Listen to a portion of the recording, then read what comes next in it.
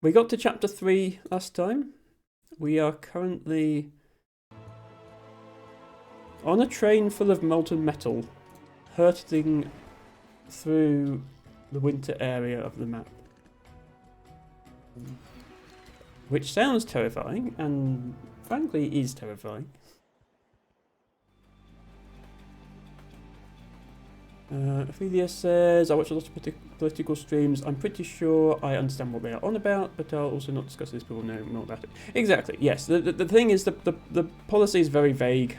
If they clarified more exactly what they meant, then that's fine. But for now, I kind of have to label my content because it's something that I might be talking about on this stream at any given moment. Because you know what I'm like. I go off on rants sometimes. Tibago says, as far as I'm aware, it's the first time I've clicked on stream and tag you and get notification. Yeah, I'm not saying you will. I'm just saying if you do, then that's why. So we did quite a bit of this. My face cam usually belongs on this side in World of Goo. I need to keep it consistent. I don't think anyone will ever notice unless like they try and watch my YouTube videos back to back and they're like, why does her face cam keep moving? But I think that's where I have it for World of Good. We did quite a few levels last time and we are now over here on Coolant Circulator Infiltrator.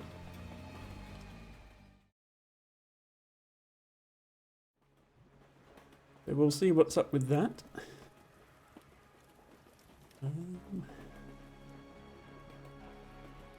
Ooh, hello.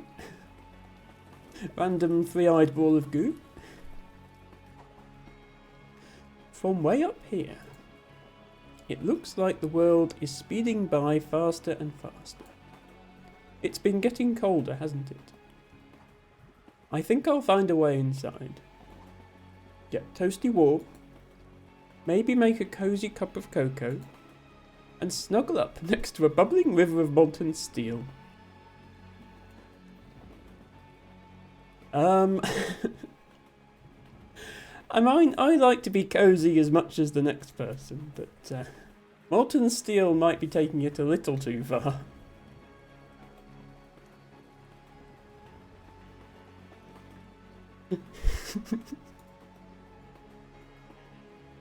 Right, what's going on is at this level? Okay, we need to get down here, it looks like, but we have some sleeping goo there. We have very precariously placed goo. So these red ones, these are matchstick goo balls, and they will catch on fire if they touch anything hot. So yeah. I think what we need to do is build a bridge here. Not have it collapse when this ball comes over. So let's give that a go.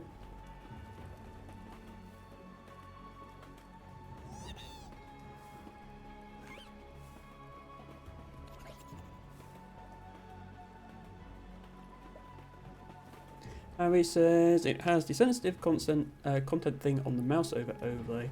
I think it might be something you only click away once, regardless of topic. Yeah, that makes sense.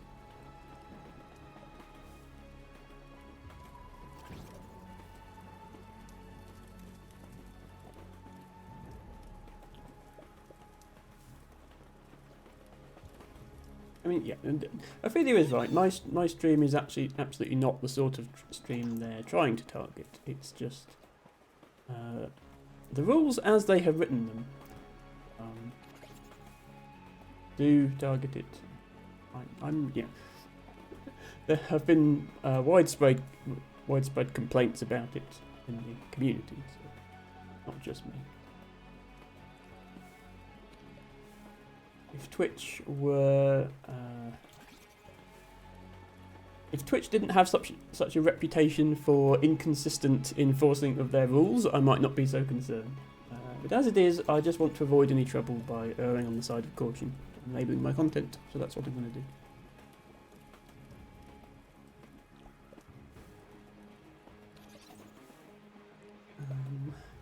needs to be flat on top so that a ball can roll over it. So...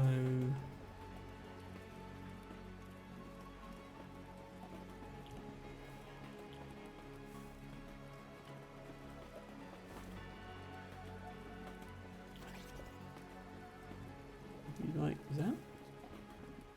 If Angus says less I say about it, the better. Yeah, I mean, if anybody wants to discuss it with me, they are welcome to DM me on Discord. We can have a proper conversation, but not here.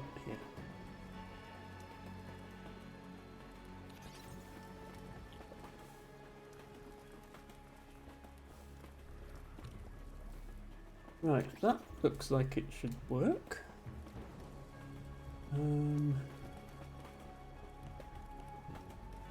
Now then. Now, we need to get rid of this, though. Okay, I think this is what this river of molten metal here is for. I think we need to set fire to this to free up the ball so it can roll away. So we kind of need to build around it. Oops. Like this.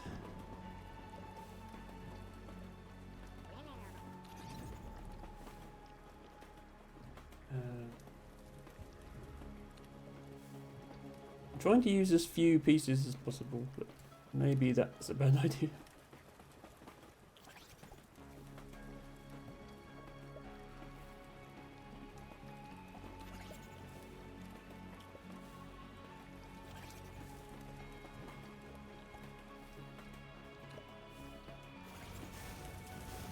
There we go.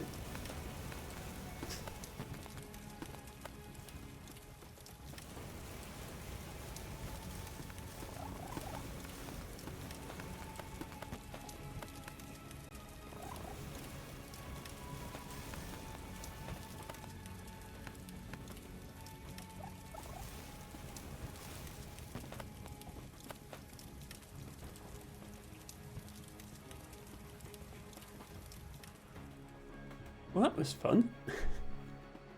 Now what? It's so cold. What is this place? Colder than even the frigid air outside. This must be one of the coolant circulators. They keep the engine cool. And running at optimum efficiency. It looks like there's some old maintenance equipment hanging up there. You might want to use it to get out of here before somebody finds you. Frozen in time. Like a family photo. Okay. I think we just need to use, this to get this up there. Oh, we have one of these cannon things. Okay. Where's the actual pipe? Okay, the pipe is all the way over there. We have some more sleeping Goobbles there. This is a complicated level.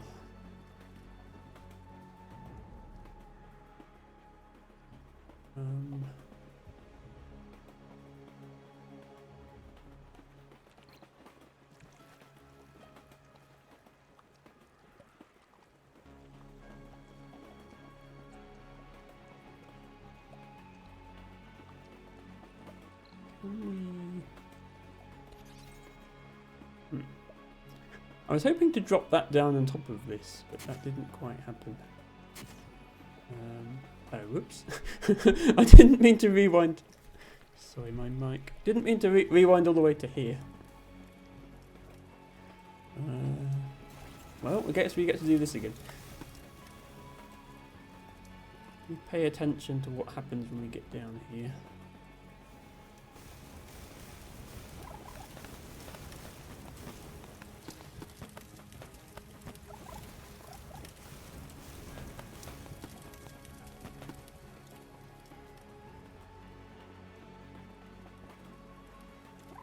I feel like we're supposed to use this to pick up the goo.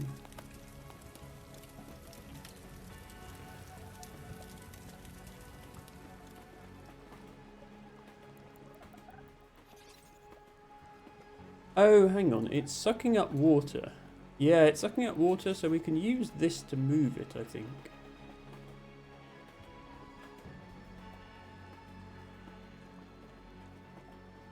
Yeah, it's very slowly, but it is moving.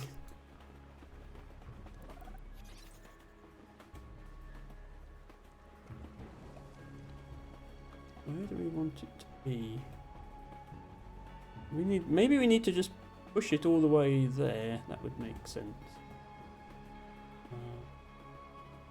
Going awfully slowly though. Can we? That faster? No, that's not faster.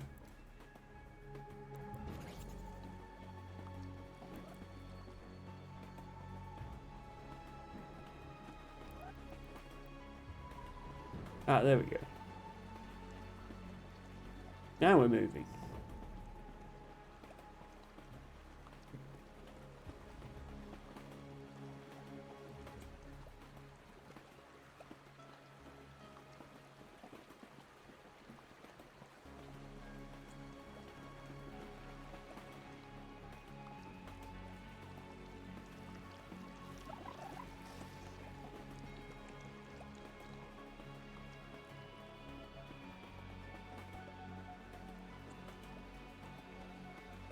Okay, now what? Oh, we can build with these up to here. Cass says the poor giant glob. It's been through a lot, hasn't it? Yeah, I think we need to connect these up to...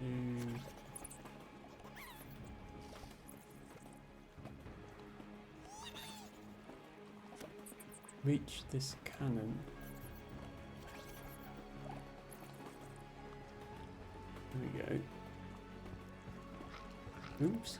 Please don't spit them into the into there. We might have lost a few. Unfortunately, we got most of them. Now these are the green ones, so that's that should be everything we need to reach the pipe now, because these guys can be detached and reattached if needed. I just hope we've still got 50 of them, because we need 50 for this level.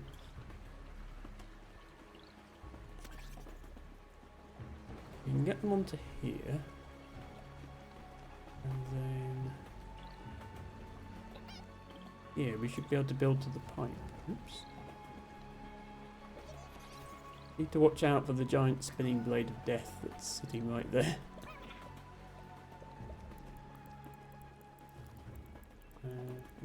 Pointing this a different way is going to help us.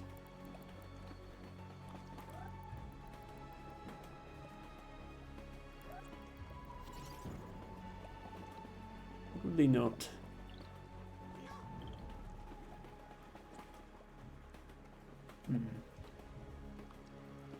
How are we going to get all the way up there?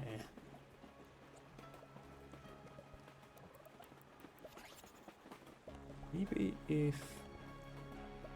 Actually, is everybody on? Yeah, if we get everybody off this bit and onto this bit, then we should be able to... come here. Down. It's like herding cats.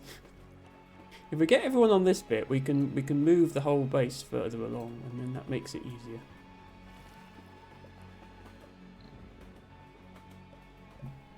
There we go.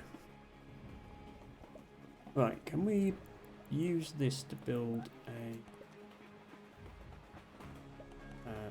detach that.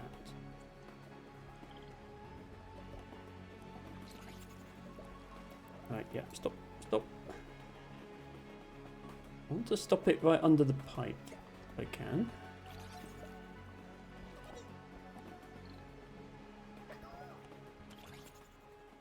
Now let's see if we can build a tower.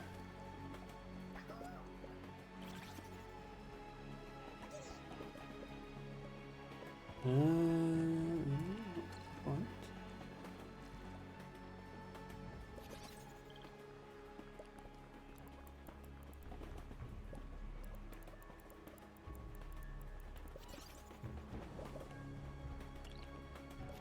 build it more in the middle.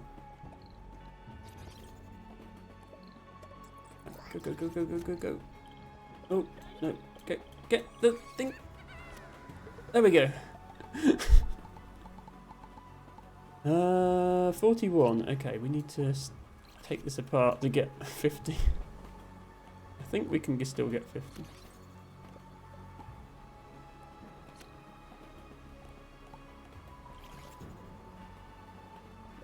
Seven, 28. Oh, I shouldn't have used that clear one because now it can't go in the pipe. Oh, whoops. That one off.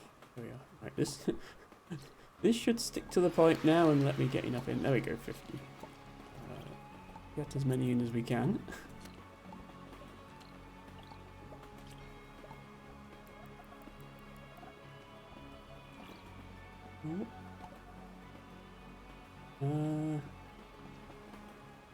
Not everyone. I think that's everyone. 59, then that'll do.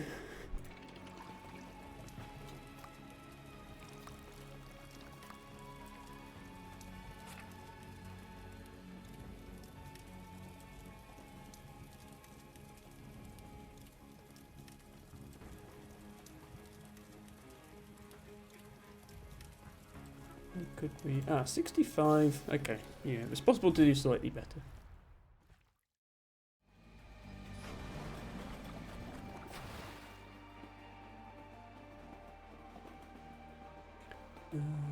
Okay. We've made it to the train car with the robot in it now. We have a choice of 2 levels. The ground shakes or Hot Slinky returns Slinking Ain't Easy. I'm intrigued by the title of this level.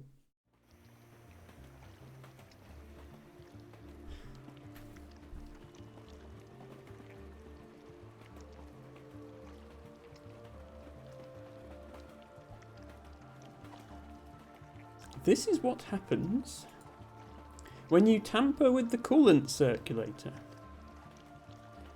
Whoops. We probably shouldn't have done that then.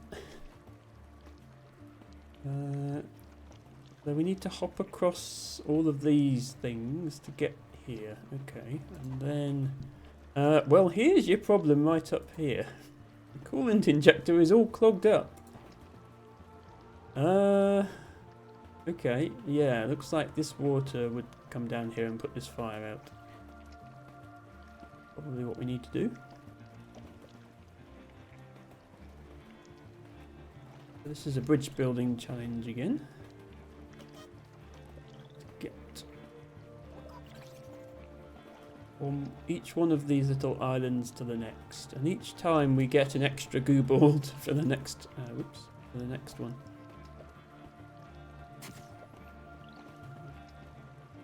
And they've given us the green Gooballs, which means we can dismantle and rearrange things as needed.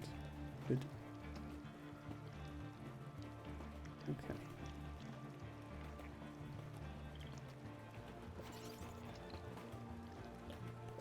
Now we need to try to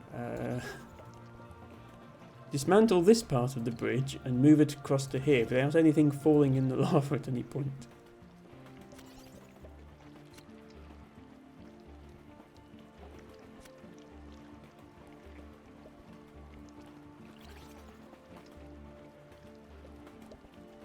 The goo is quite sticky. So this ball will stick here, it won't just fall off.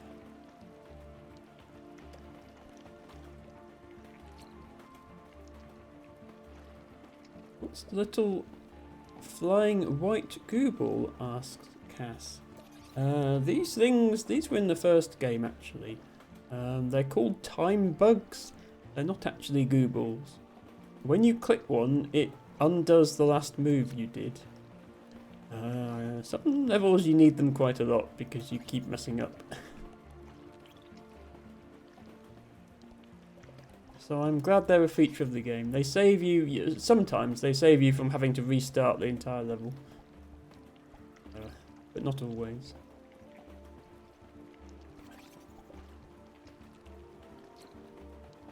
Oh, that's what they do, say Cass. Yes. So if I were to click one now,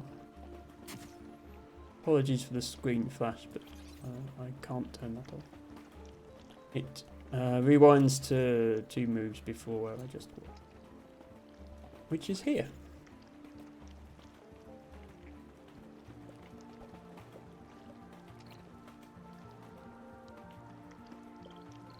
Oops. I've been wondering where that rewind button you keep pressing, says Cass. Yes, it's it flies around in the sky. It can be a bit awkward to press sometimes because it flies away from you. But yes, that is where it is.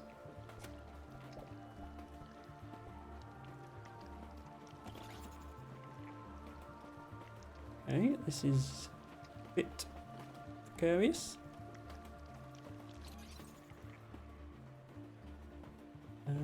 Please sit still, goo balls, if you don't mind.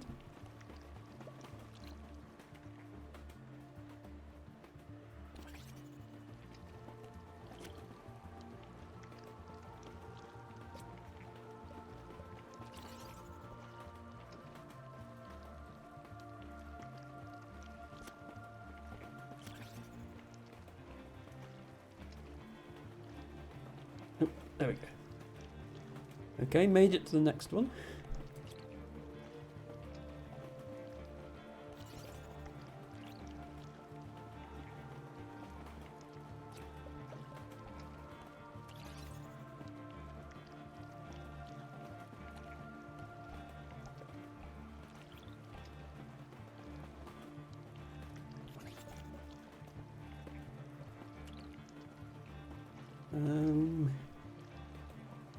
Yeah.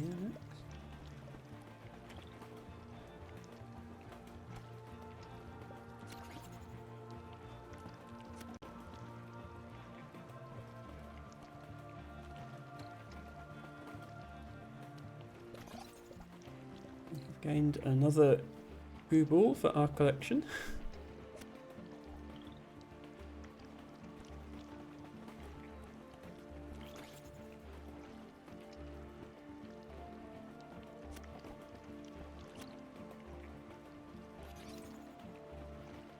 I think now we need to wake these guys up. Almost there, says Cass. Exactly.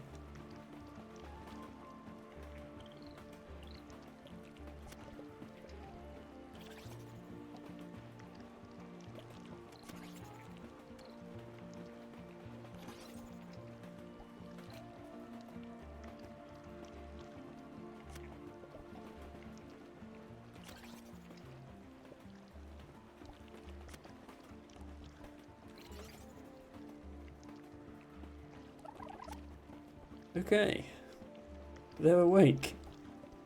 Now what? I think we need to actually destroy this section to let the water out.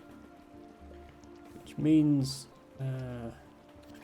building with the matchstick balls. Can I maybe... Oh, I can't control the white balls. That's awkward. I wanted to move them off this before I built it into the fire so they didn't get burned up, but maybe they just will anyway.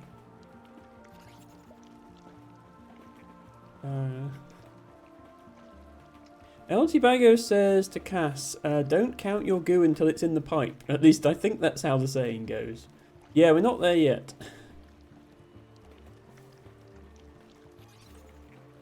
Okay, that apparently doesn't count as being on fire. Come back. Well, okay. I guess that works. We have water now.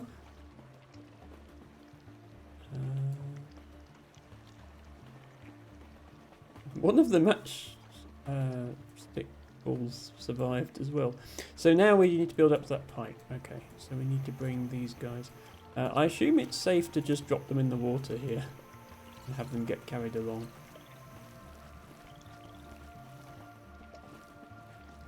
They're not going to fall out the other end. Okay, they almost did. Okay. I could build all the way back to the start, but that would be a bit of pain. I'm just going to drop more in the water.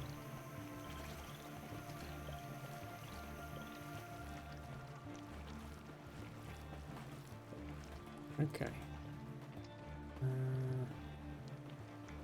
Oh, actually... yeah, that's a problem. If I just drop them all in the water, I don't actually have anything to build off to get to the pipe.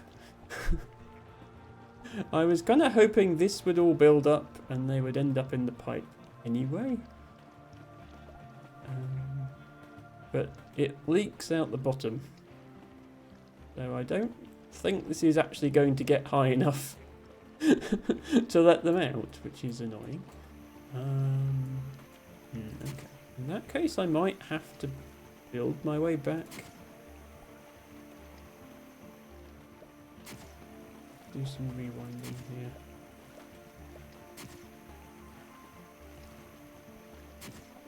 Okay, yeah, I'll try building my way back. A bit tedious.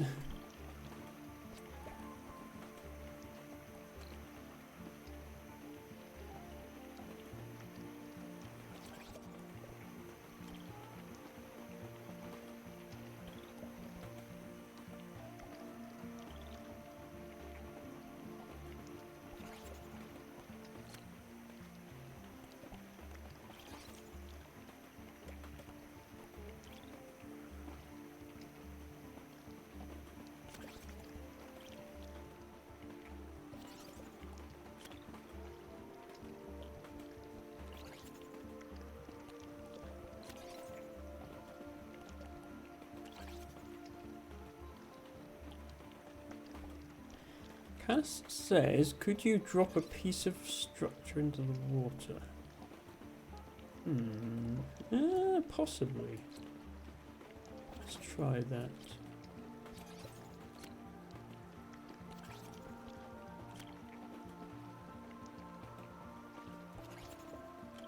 Okay.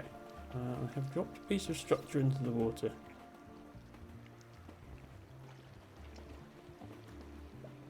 Okay, yeah, they are sticking to that structure. Maybe that's how you're supposed to do it. Good thinking, Cass. Okay, let's send the rest of them over then.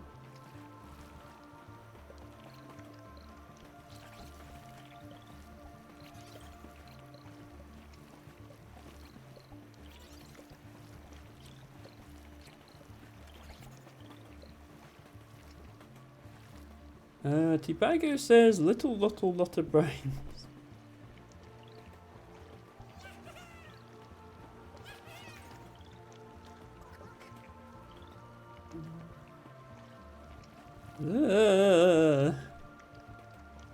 Help, Emma has gone dizzy.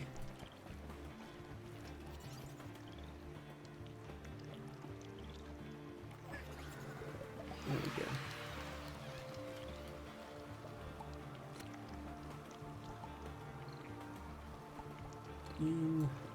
21, 22.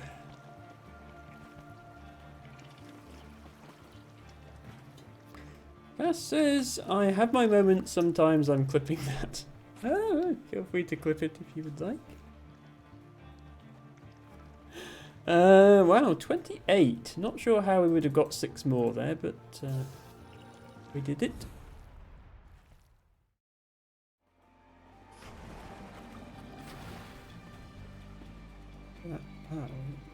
The front of the train now, incendiary locomotion, but we'll do this one first. Ground shakes.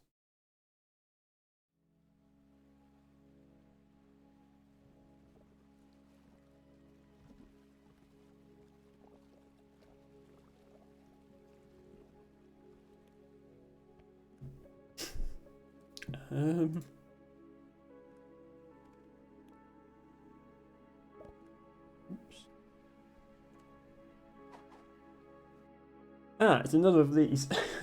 This is an extremely difficult area, but it is also optional. I'd turn back if I were you. Well, we tried the other extremely difficult optional areas, so I suppose we ought to try this one. So we've got a whole bunch of goo balls. We have a pillar of cheese. We have some white goobles over here. And we have a pipe. Okay, I think this is just a giant bridge building exercise. Like, we need to build all the way over. And we do get a cheese pillar to help us.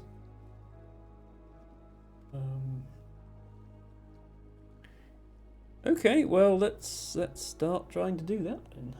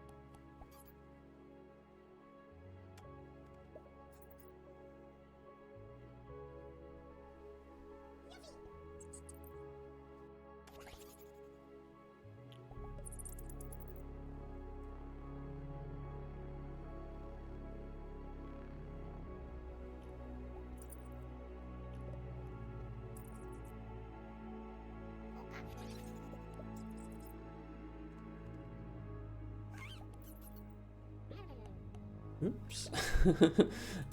Try not to drop any goobles in the lava.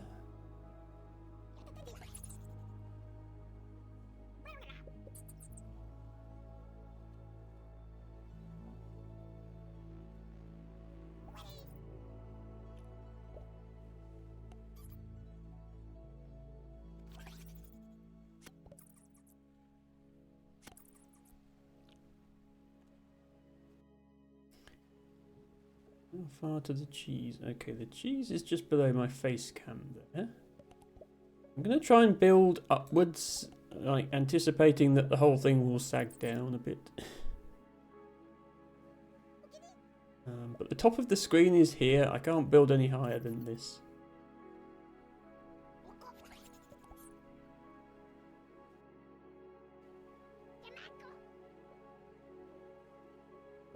Where should I put the clip? Says Cass. I mean, if you've made a clip of my channel and saved it, then it will show up for me under my channel clips anyway. But you're welcome to post a link in chat if you would like.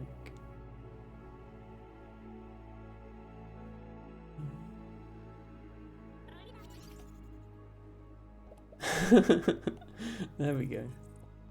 Thank you, Cass. Thank you for that. Yes, everybody please feel free to make clips as and when you see clippable moments. I do appreciate them. I never really have time to spot those moments myself. In theory, like some streamers have things that play a clip when they give you a shout out. In my experience, it tends to be not very helpful because it always seems to pick the same old clips. Oops. But it is a thing.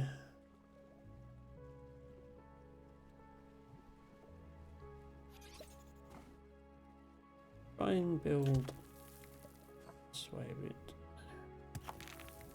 Catch the two balls.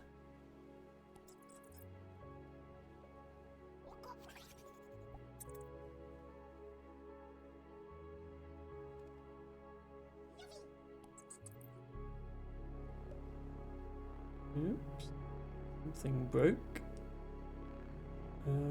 Actually, what broke? It was all looking so good there for a moment.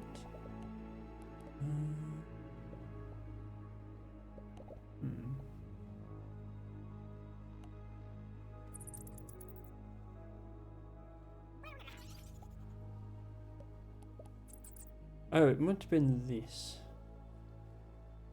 Is there any way I can strengthen this?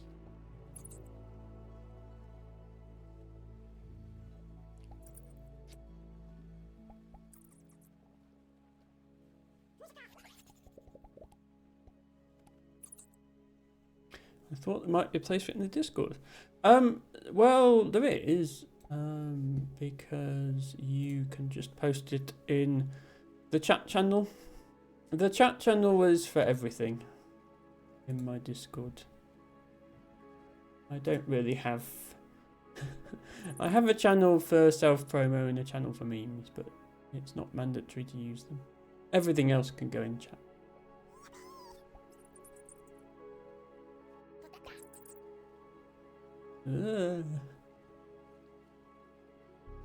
I would like this to reach here if possible.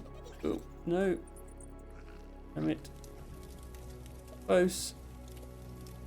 But not quite. Maybe I need to use more cheese.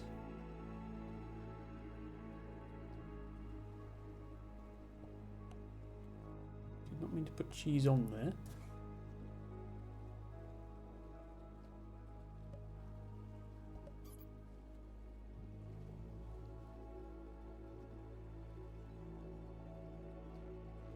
Nope. Ah. You have to be fast. I just caught it. Okay. Right, we've made it this far. The chat self-promo and T-Bago memes channel. Yeah, LTBago tends to be the only one who posts memes. I don't mind. I'm not a huge fan of memes, but it's fine to post them.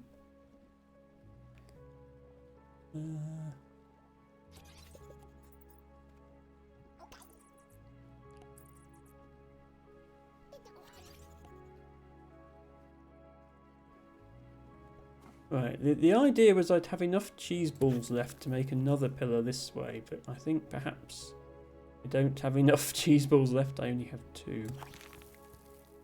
We'll do that.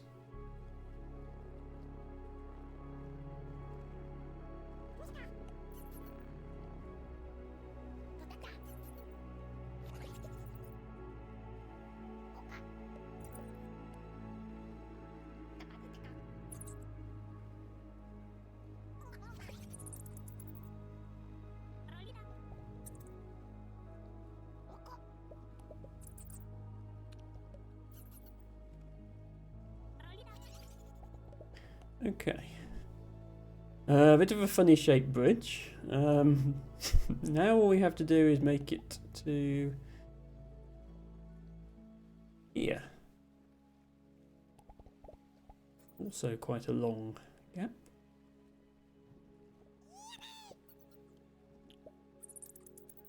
I love the little voices of the Goobles. Yippee!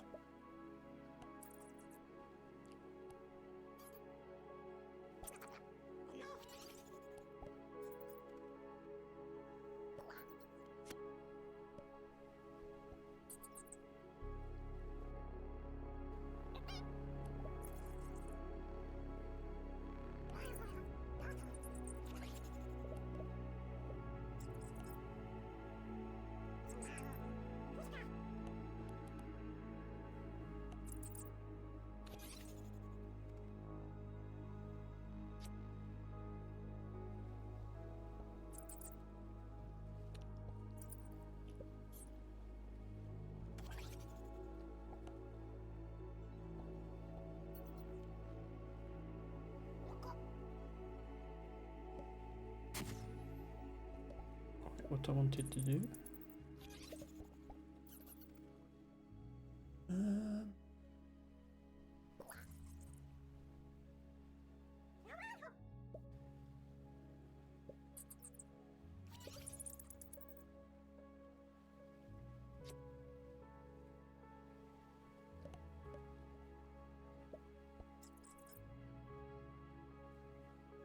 Okay, we have this much distance left to cross.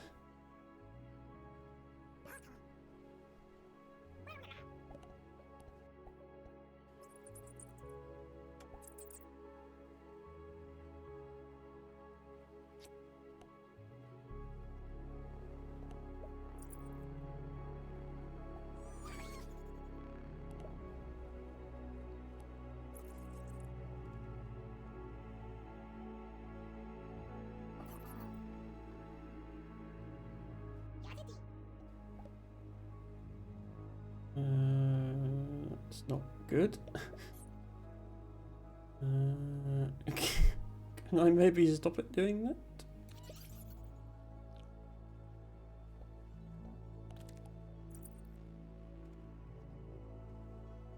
I think I can. Oh dear. No, we're gonna have to go back further than that.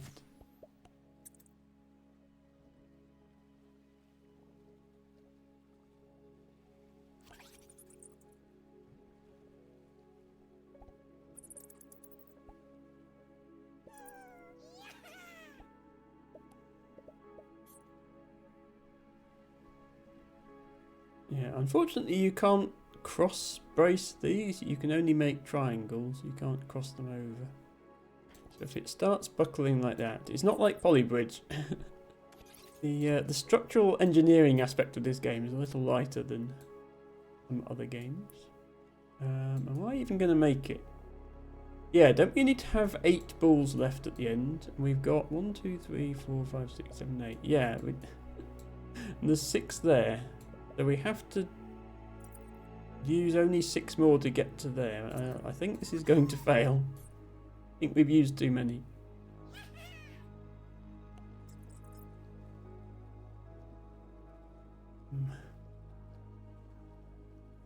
I'd like for this to not be quite so floppy.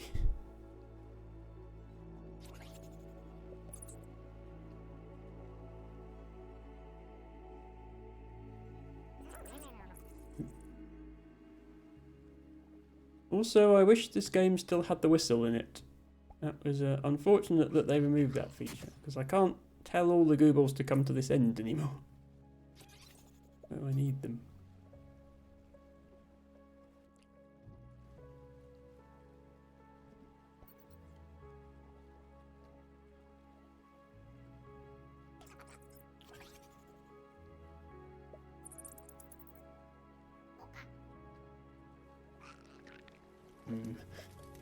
Yeah, this is proving the problem.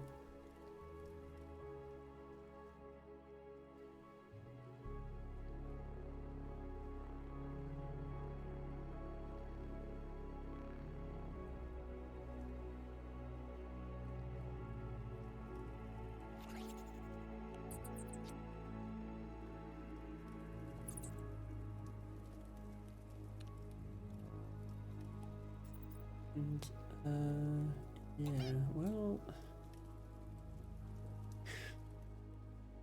unfortunately we've run out of goo. So we've failed the level because we used too many goo balls in our bridge. And we didn't make it to here.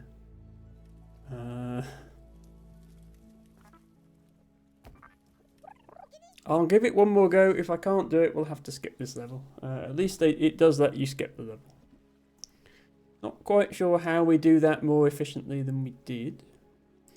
Hello to Aditya Raj 6350 who asks, yo, what's up? Hello.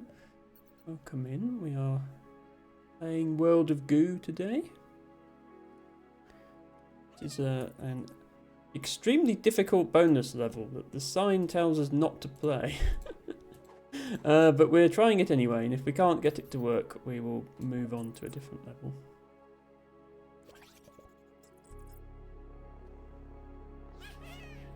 I think my approach with this section was okay. I just used too much of the goo balls to get there.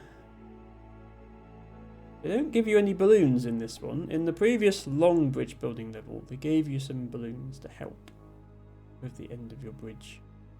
This one looks like this is all we get.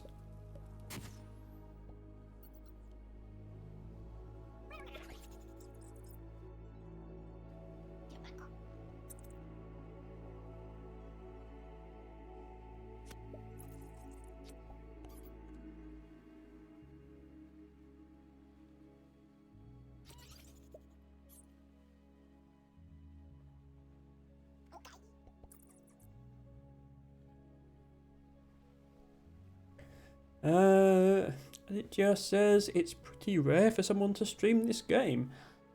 It's a fairly obscure game. Certainly it would be rare for anyone to stream the original, because that's 16 years old at this point. This one came out quite recently, I think, the sequel. So I'm surprised there's not more streams of it. Maybe people played it when it first came out. But yeah, I've been having fun with it. We are near the end of chapter 3 right now.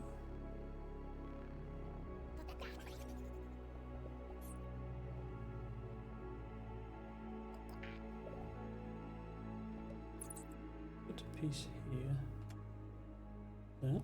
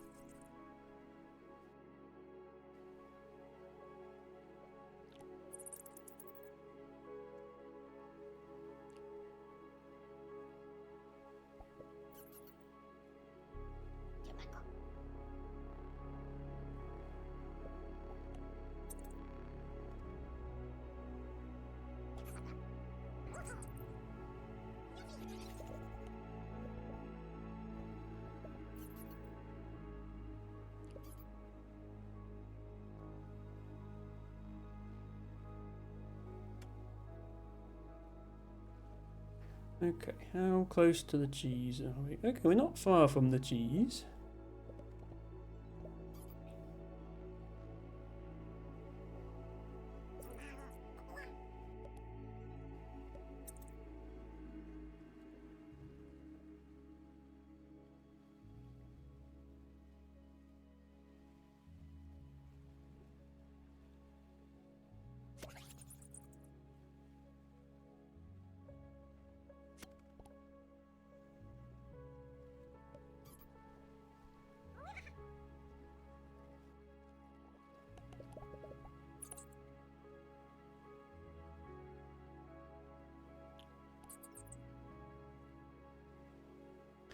And it just says, well, I recently finished game. I'd say it was quite fun.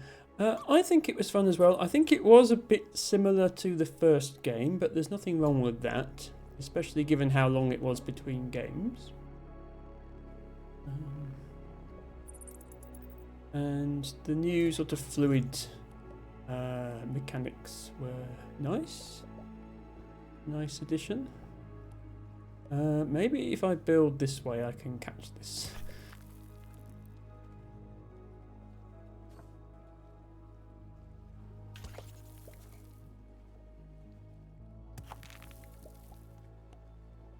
Okay.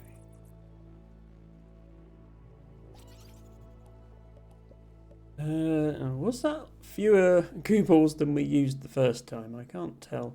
Last time we tried this level, we ran out of goo balls. So now we're trying to do it with fewer.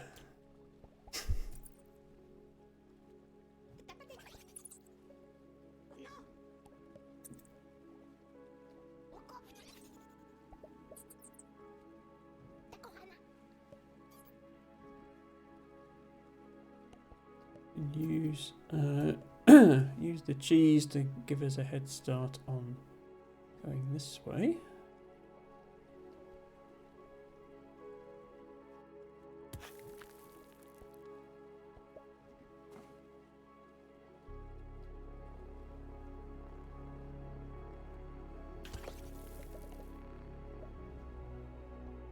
Cheese.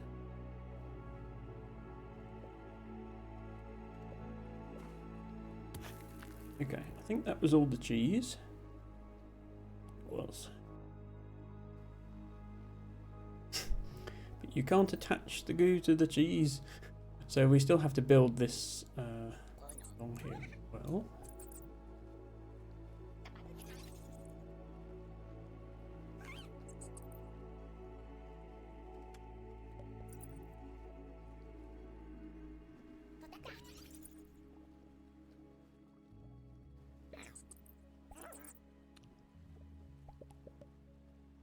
Okay, so we just need to get from there to there. With what we have left.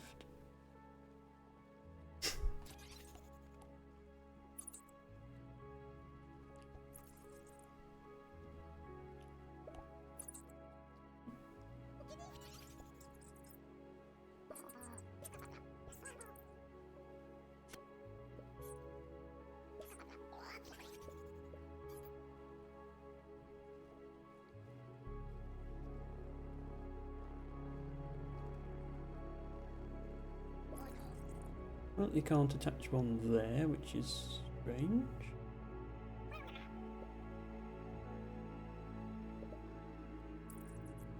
Hello, Avi, welcome in. Hope you're having a good Sunday.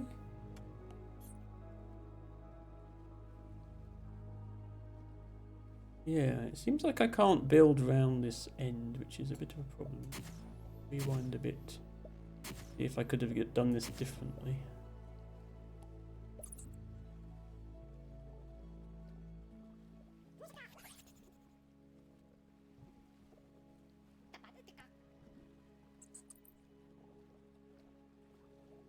Hope everything is okay with you, Avi.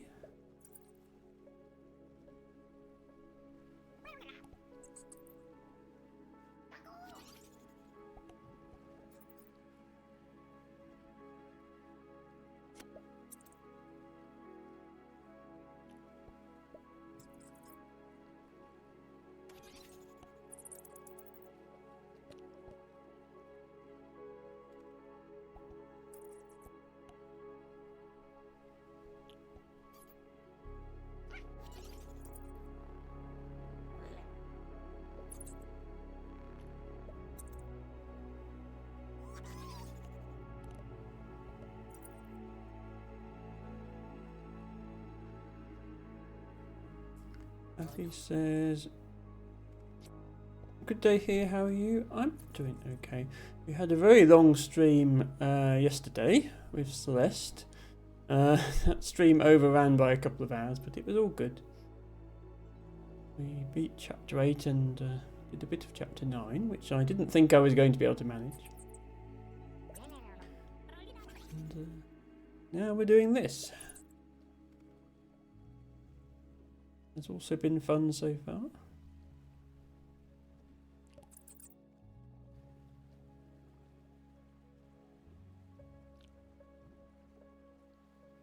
Okay, just this distance left to go. I think we have more goobles than we had at this point before.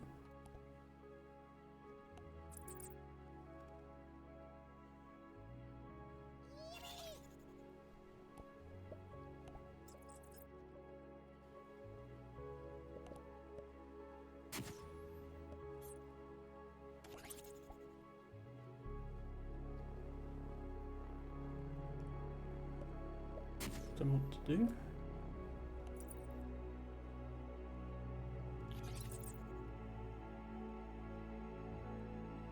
How long were you live? I was live for 5.5 hours yesterday, which is the thing is I start quite late, so it's not that long. A lot of streamers go for longer, but they tend to start earlier in the day if they do.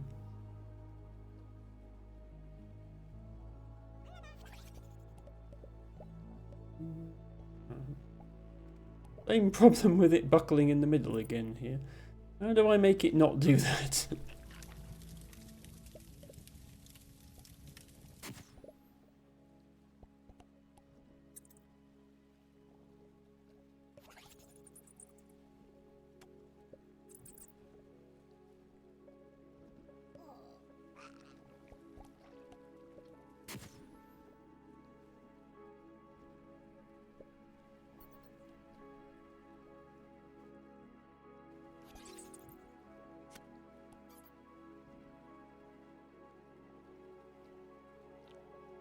I should have checked after I woke up, says Abby. Yeah, Abby is on a different time zone to most of us.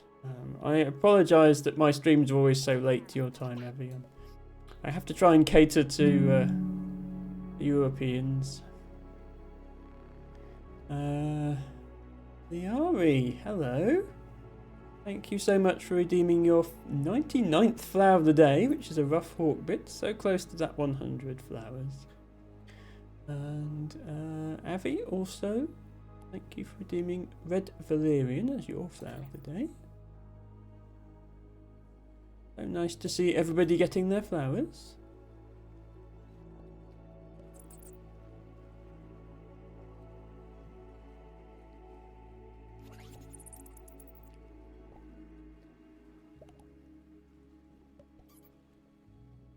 I placed 2 Goobles really quickly. I might be able to get it to stick to this end. Nah, not quick enough.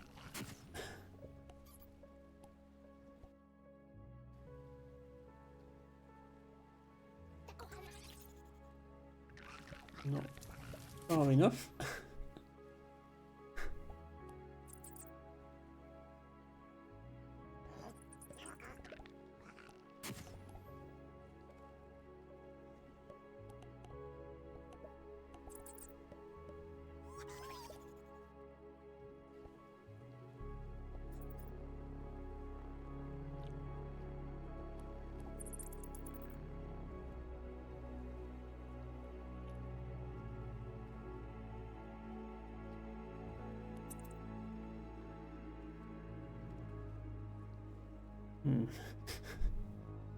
It's gone crazy again.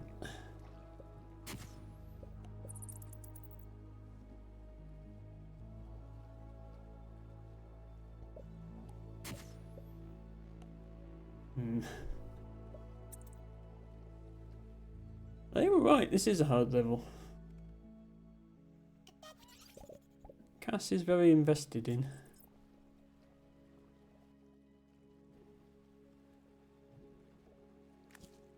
Stop doing that.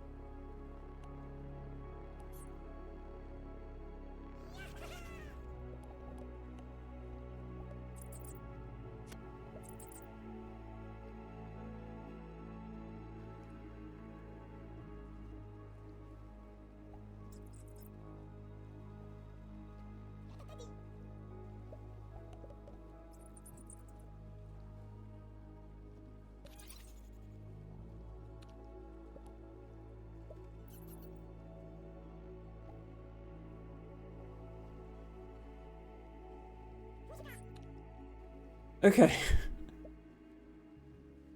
Fortunately, the Goobles are sticky. It will stick even on the underside of the thing. Right, can we get to the pipe and still have 8 left? Let's see.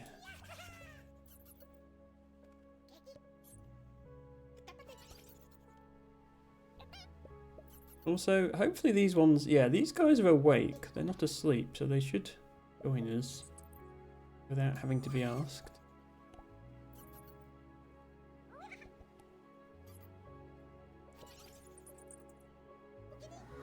Here we go. 11 and maybe 12. Excuse me if you would not mind hopping in. There we go. Okay, we did it. I think that was a fairly efficient bridge.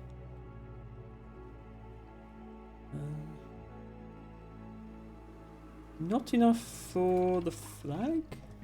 See what the game expected for that.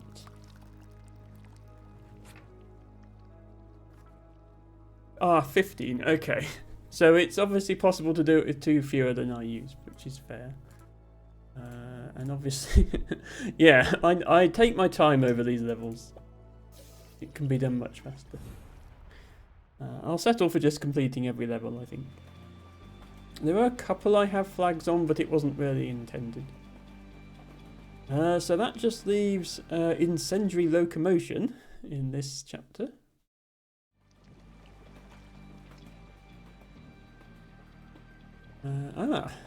It's the robot. Excuse me, robot, do you have something in your eye? It's a bomb. And it's asleep. Okay. We're going to explode the robot's eye? Any particular reason? World of Goo organization has been collecting goo so fast they've reached the maximum physical limit of extraction. No amount of technology, either now or in the future, will allow them to extract goo any faster. But what if they could speed up the flow of time itself? There would be no limit to the rate of goo they could collect. Sure, let's mess around with time. What's the worst that could happen? We're almost to the front of the train. Just keep going that way. Well, hang on then. Does it want me to build to the front, or does it want me to build up here to this bomb? Have ourselves a goo shooting machine. And balloons. Yeah, I think I'm going to build this way first, just because I'm curious what this does.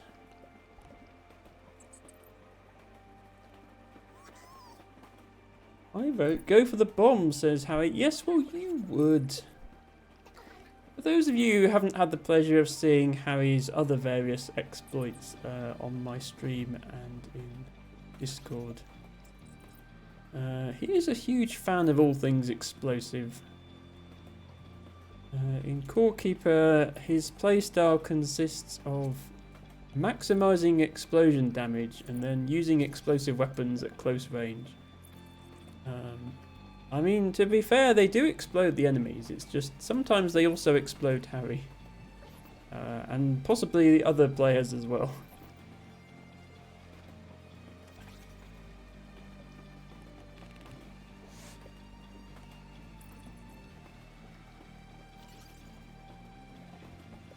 And in Satisfactory, he's built an entire dedicated factory just to manufacture explosives. To be fair, they are kind of essential in that game.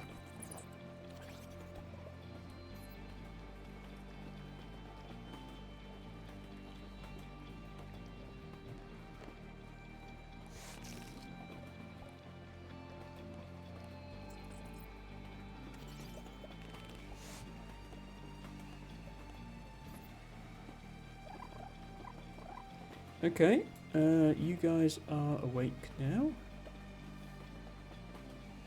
Build down to here.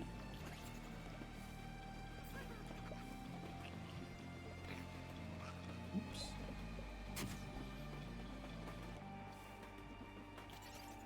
Why is T-Baggo crying? It's because you got exploded by one of Harry's bombs, T-Baggo. It's okay, I know the feeling. Right, maybe if we put these guys on here, they won't get exploded. We can use them for something else. Okay.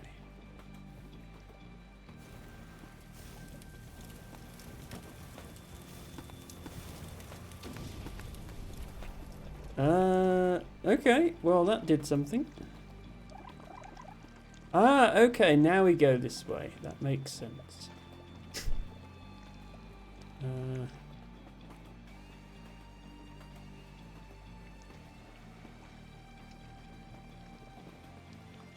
I hope we didn't need that goo for anything. So, where are we building now? Ooh, over here. And up to there. We have cheese to help us, as usual. El T-Baggo says it was kind of my own fault I was enabling him. That is true, Tubago. You did discover and bring from your own world various explosion damage increasing items, and then you gave them to Harry. So I would say you brought that upon yourself.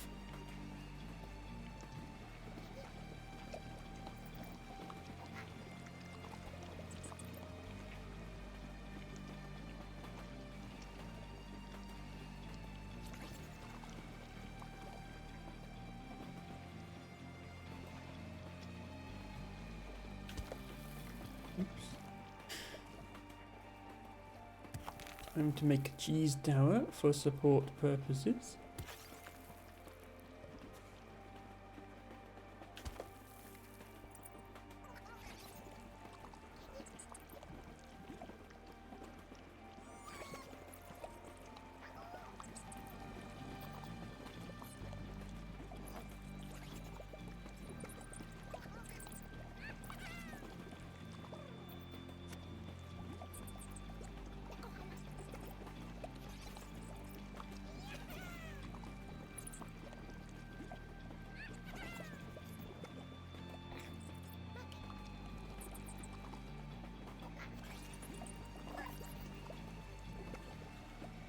Okay.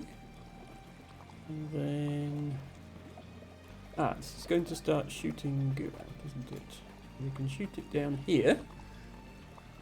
And now where do we go?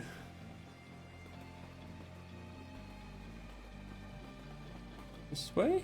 There's a pipe. This pipe feeds straight into the central engine.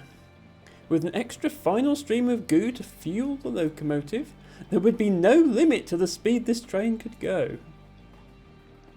That can't be good. I was just thinking that.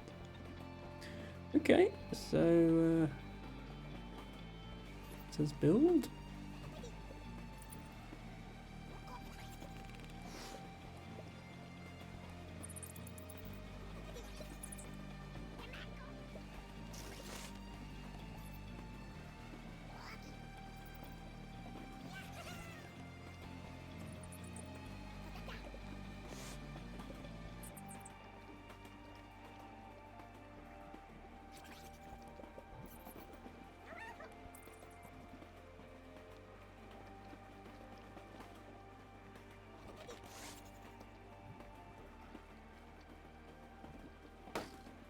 Oops.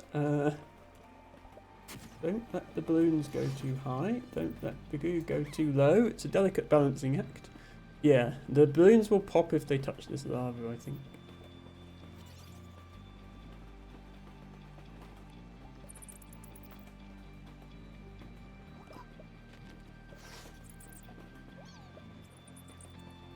Okay, I think we're there. We need to get 80. Do we have 80?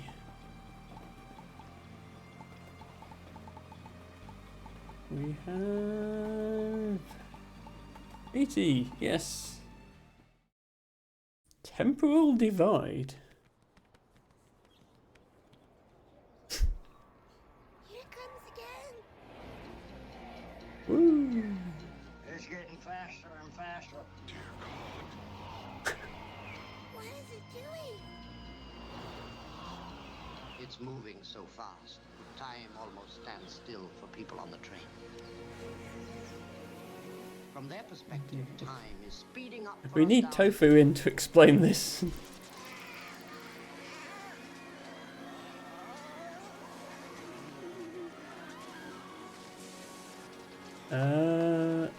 Is that how that works? I don't think that's how that works, but sure. 200,000 years later.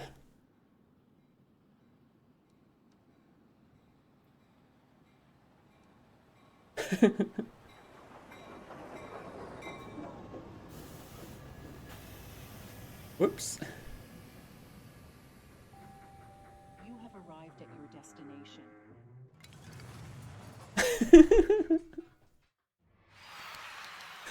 Right, chapter complete.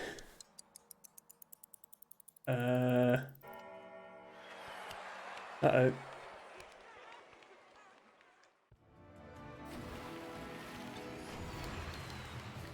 Time for chapter 4. Ye Olde Recognator.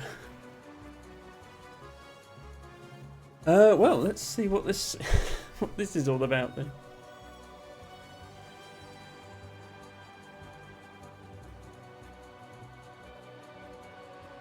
Thank you, Cass, for posting the clip in Discord as well. Hello, Lady L. Welcome in. Good to see you. Cass says, guess we're far, far into the future now. Well, apparently, yes. We are... at least... at least 200,000 years into the future.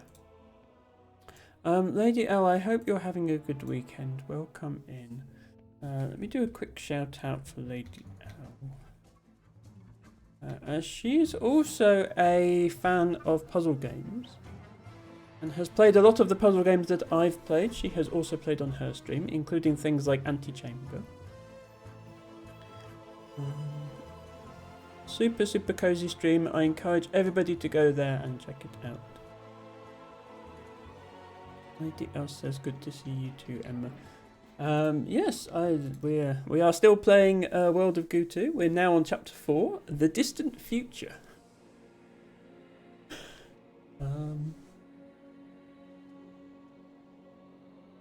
So chapter 4 in the original game was kind of technology themed as well, so perhaps this will be too.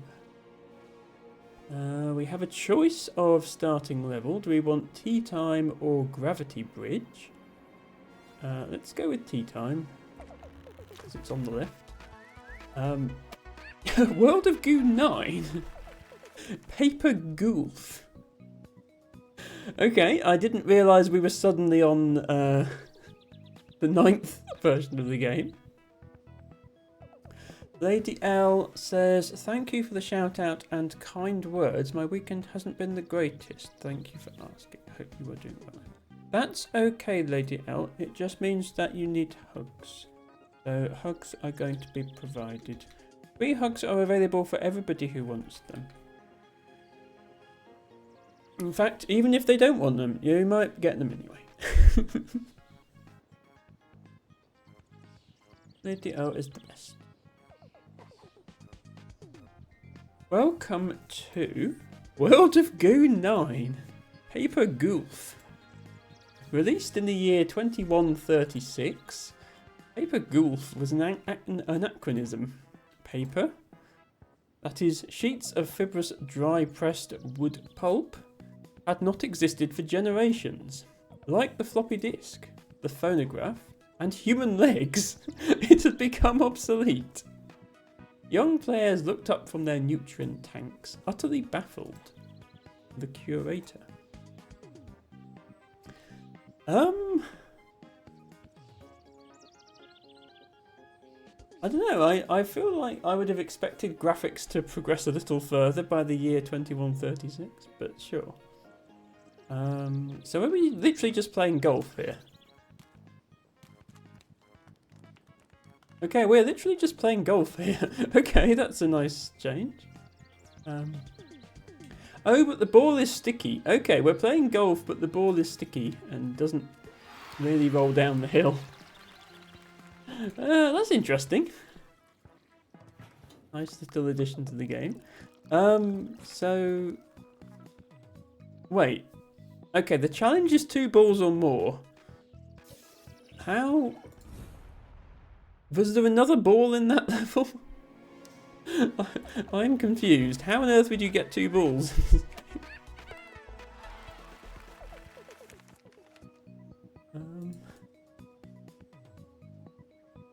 Another one hiding somewhere.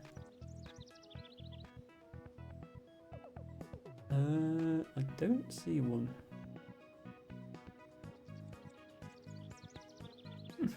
Okay, maybe it's just impossible to meet the challenge on this level because it's sort of a gimmick. Let's see if we can do it in 2 shots.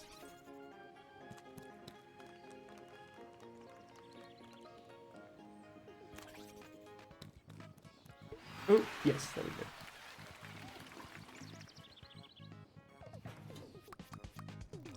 We got a flag for the number of moves at least.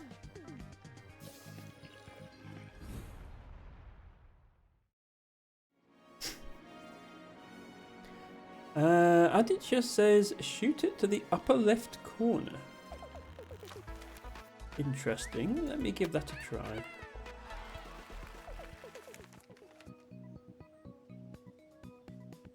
So up here?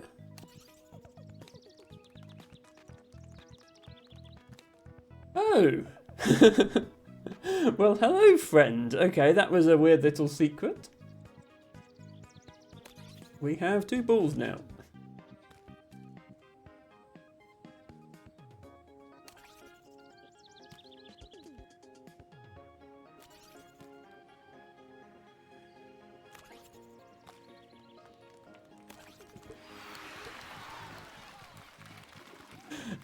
Thank you for the tip. Now we have 2 flags. Yeah, I still haven't. 4 seconds is actually quite fast. I won't be trying the time challenges on stream. So that has unlocked Paper Trail or Gravity Bridge. Also, thank you, Ren, for redeeming your flower of the day, and welcome in. And I hope you're having a good weekend. Thank you so much for stopping by. Aditya says they have a lot of those in some levels. Okay, I'll keep a lookout for them. Okay, now we're on World of Goo version 11. Ren, we have travelled forward in time 200,000 years by driving a train very fast. And now we're playing sequels of the game that haven't even been released yet. Welcome to World of Goo 11. Released in the year 2216, you could fall up or down, or left or right. It was up to you. Some players thought that perhaps this gameplay mechanic was a nod to the fact that the original developers built a structurally insufficient bridge.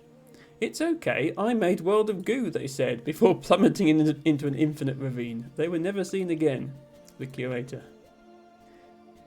Reminds me of Polybridge. Okay, so we probably want to get over there.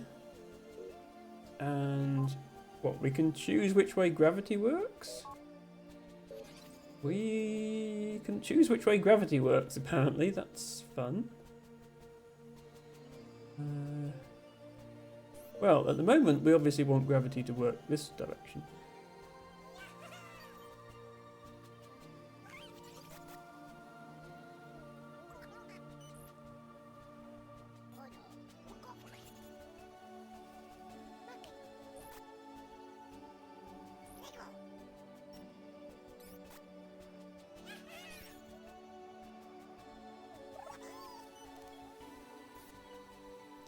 And maybe now we want gravity to work this direction.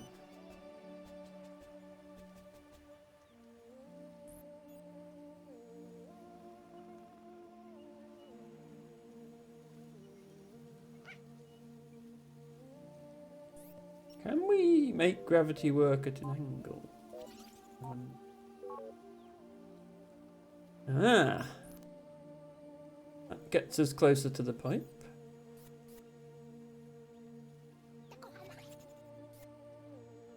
We just tilt gravity a little more here.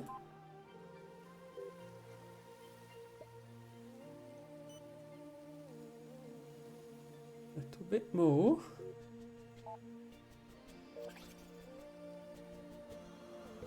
There we go.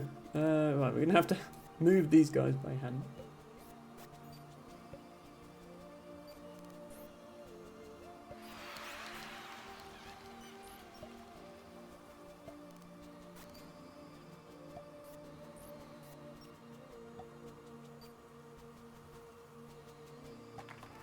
Okay, we actually got the most balls possible, or at least we got the flag for it.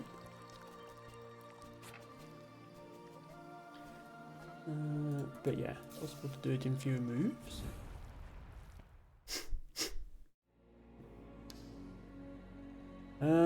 So now we have a smoke-filled room, or jelly side up. I'll keep working across this top row. World of Goose 17. Black Stain. Okay, this is The city is filthy. The night sky pours down rain like it has a very personal different grudge. feel to the game.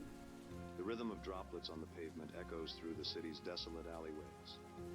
A mournful serenade to the lost souls that roam this town. The rain comes from above, but something else comes from below.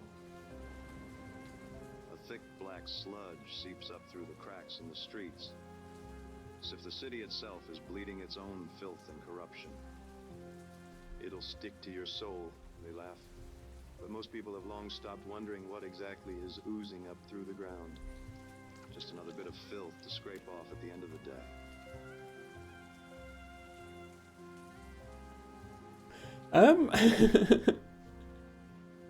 That's me. Cliff Spanner, private investigator.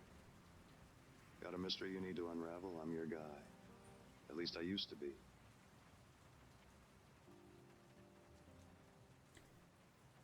Well, they went in a very different direction for this sequel. Smoke curls from the end of my sparkler, turning to ash on my desk. Smoky tendrils fade into the dank air. This is now a noir point-and-click adventure game. Not a physics puzzle game at all. The rain beats against the office window. The only light is from the street light. I should outside. recommend this to The Ruby. sheets of rain and the dusty blinds. The dim, amber glow casts ghostly shadows across my desk.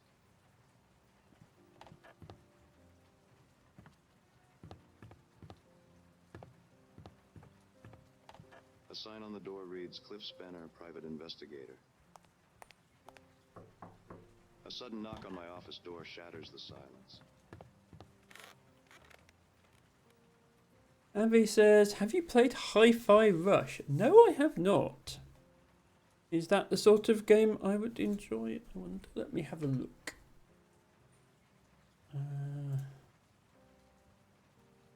Hi-Fi Rush.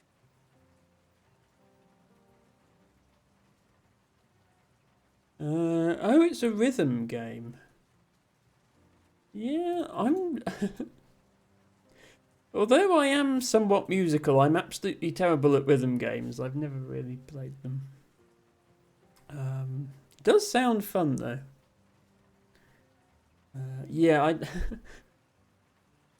I don't really have any sense of rhythm, as you can tell from my timing in Celeste, probably. So probably not my sort of game, but thank you very much for the suggestion. Yeah, come in. A woman steps into the room. Her silhouette oozes sensuality. Her eyes shimmer with desperation and allure. Her face is Okay. stunning. She moves with an elegance that seems to defy the grimy streets she must have traversed to get here. I catch a hint of her perfume, something intoxicating as she approaches my desk. I need your help, Mr. Spanner. There's something terribly wrong, and I don't know who else to turn to. Need a light? We are still playing World of Goo, I promise. I thought you'd never ask. What seems to be the problem, Miss... Call me Effie.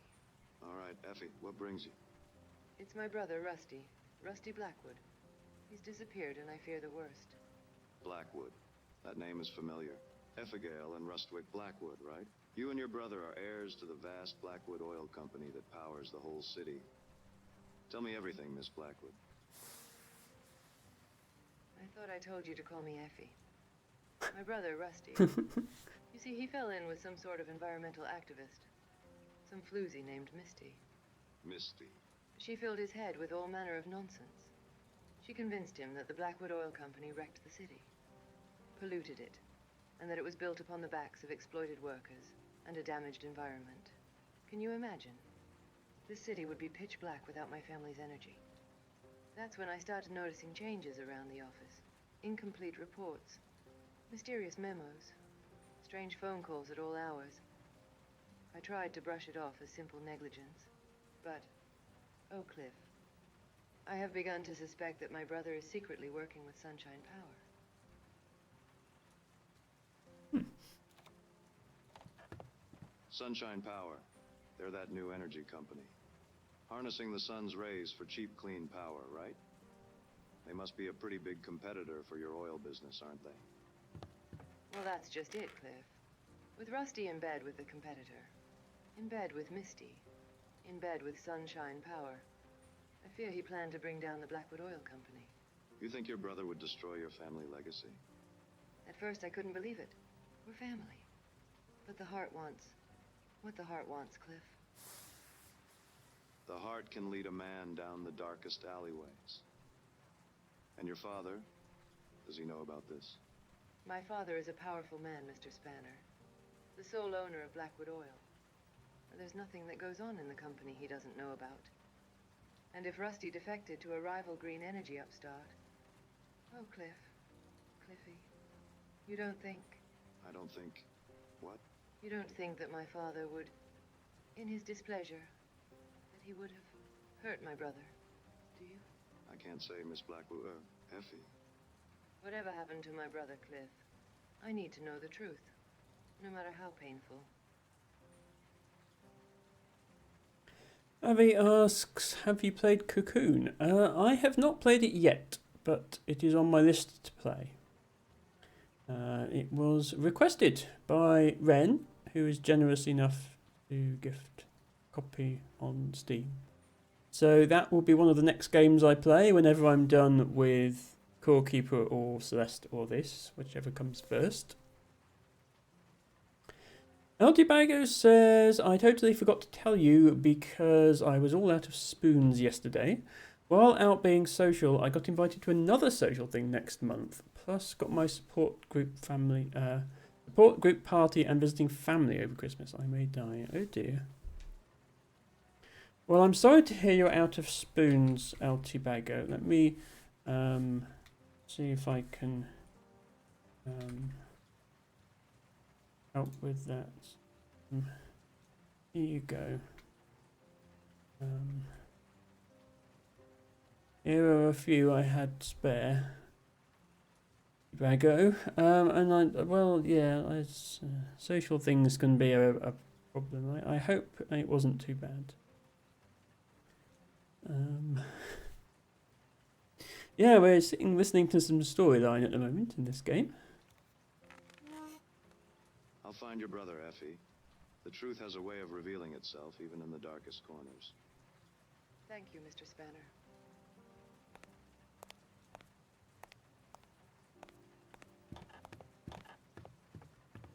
Cliffy, please, bring my brother back.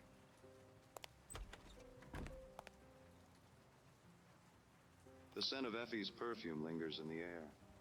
It is certain this case will be my greatest trial yet. The stakes are high, the danger palpable, but I am a private eye, born to the shadows, a crusader in the face of darkness. I am Cliff Spanner, and I have a mystery to solve.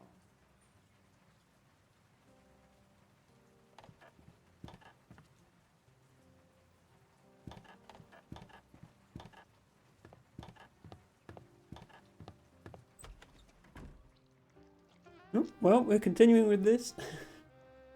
It's still World of Goo, I promise.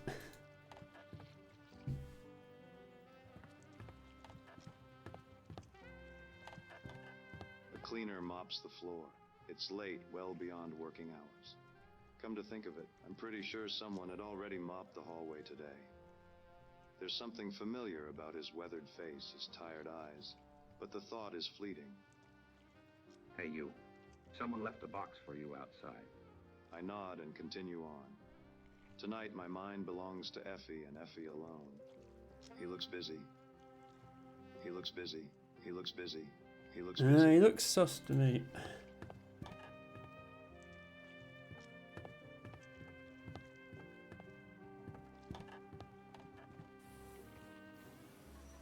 I step into the inky black night, my footsteps falling heavily on the wet, rain-soaked pavement.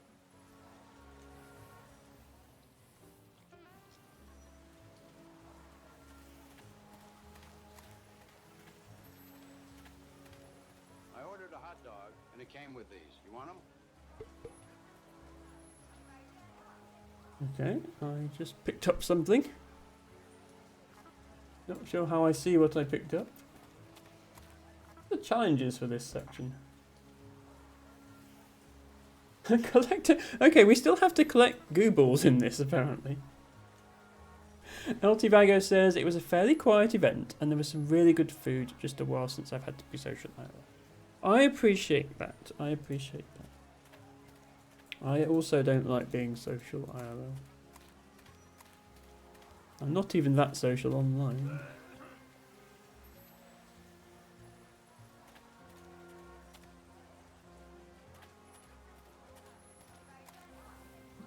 Do not want to go back in. Figuring out what I can click on. The street is illuminated with the harsh neon light of a Blackwood Oil Company billboard. Across the way, there's an even brighter billboard for Sunshine Power, Blackwood's upstart new rival, a renewable energy company. I turn up my collar against the rain. I wonder if Blushing Sunshine is behind all this.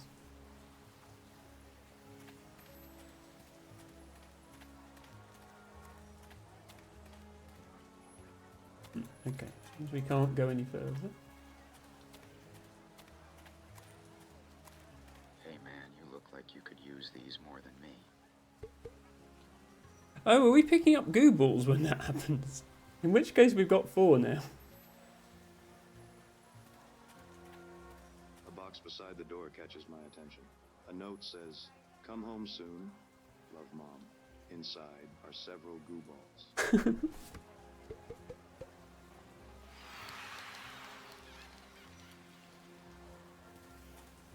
I guess that's the end of the level. He looks busy. Do I get to go anywhere else? Just back into my office. Okay. Well, that was the strangest level I've played in a while.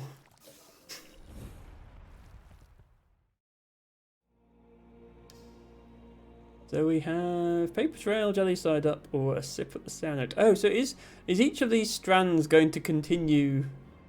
Like, is this going to be another weird one, and this is going to be another golf one? Is it? Yep. Okay. So it's like 3 games going on simultaneously. It's a nice variety. I have to say the amount of effort they put into that last one was unexpected. World of Goo 9 Paper Gulf was released shortly after World of Goo 8 Dimensional Accelerator, a game set in an increasing number of dimensions. It was physically accurate, but it turns out nobody actually enjoys anything more than 3 dimensions. So I think the perfect number of dimensions will always be 2. The Curator. I noticed the Sign Painter is replaced with the Curator.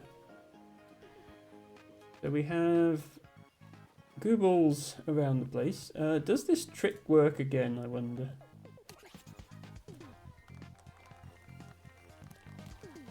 No. Fair enough. Let's retry it.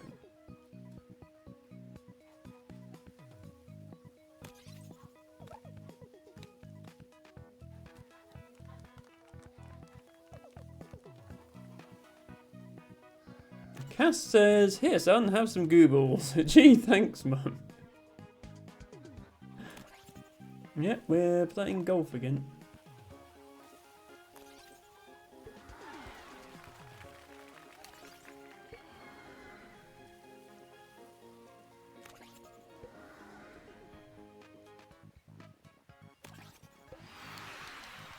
Oh, wait, hang on. I forgot to wake up those ones. Oh well, we'll carry on. I guess you need 6 for the flag then. Yeah, okay. Let's see if we can get all 6. We might as well. So there's no hidden ones this time because there's 6 visible ones.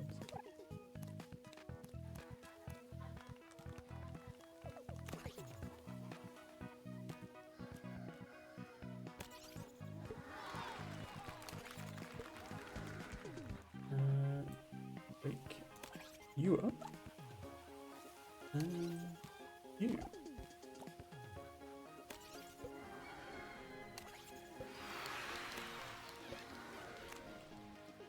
Oops.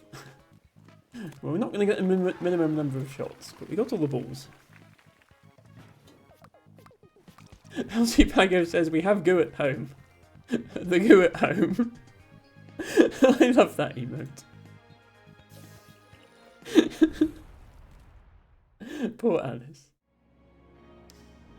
Okay, well let's do the golf strand and then this one and then this one, so that we don't keep hopping between games. Disaster team. Ooh, different coloured balls. The last piece of paper that ever existed was an 8.5 by 11 notice sent by a bank. Its purpose was to notify a customer that they were going to stop sending physical paper mailings. Then stop mailing me, the customer mumbled, as she rolled her eyes and threw it into the trash. The curator.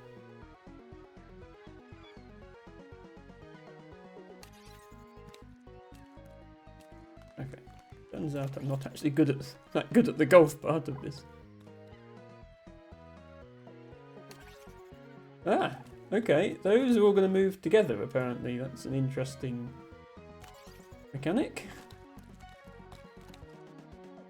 They bring this one up. Will that one move with them? Yes. Okay. Whee!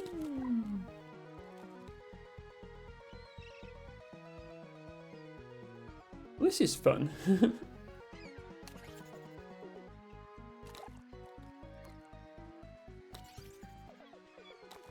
I don't think I've played a golf game before where you hit like 11 balls at once.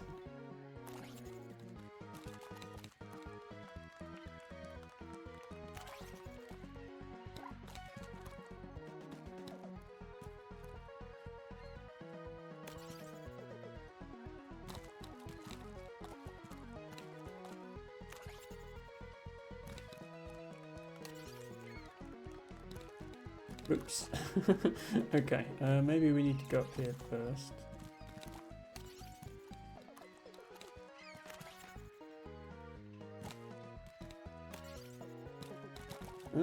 Come on. There we go. Where is the pipe, by the way? Oh, there it is. Oh, above the lava pit. That's concerning.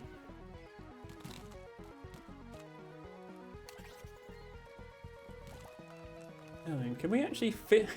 Can we actually hit all of these into the pipe without some of them going in the lava?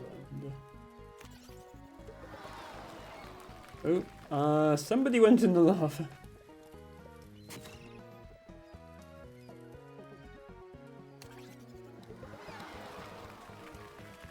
Okay, that guy I think is just unfortunately not going to make it. We got everyone else in. I'll take it.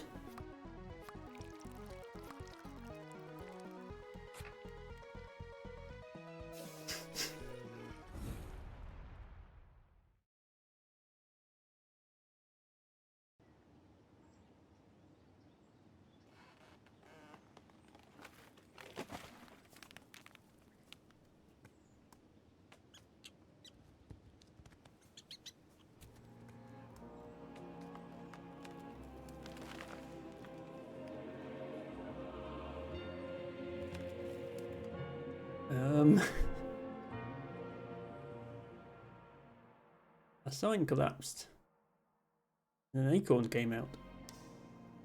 Eltibago is complaining about there being yet more tentacles in this game. Look, it's nothing to do with me. I didn't make this game. Fairway Inferno.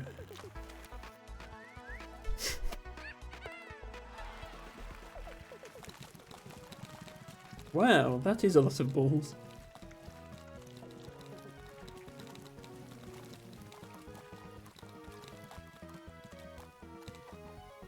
You might have to leave some behind, but that's okay. We're all in this together. The sign painter. Oh, the sign painter! The sign painter did not always appear in all of the sequels. The character would occasionally return to see how the world had changed, or to observe what was left. The curator.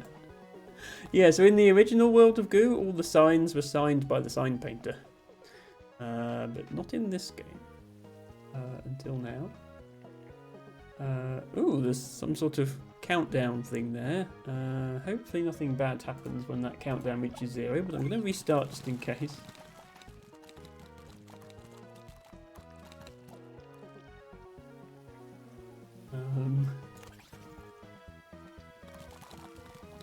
That was terrible.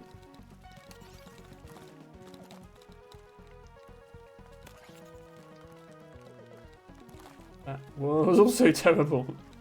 Come on, Emma, you can do this.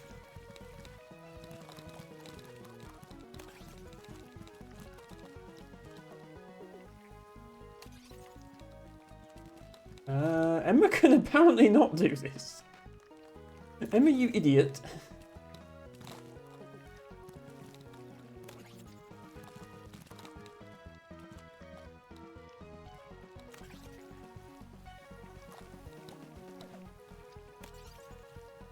Oh, I see. It shoots out lava right now. Yeah, any balls I drop now, I just dead. She says if she drops a ton more balls. Yeah, I might have to restart this one. Surprised I'm so bad at this.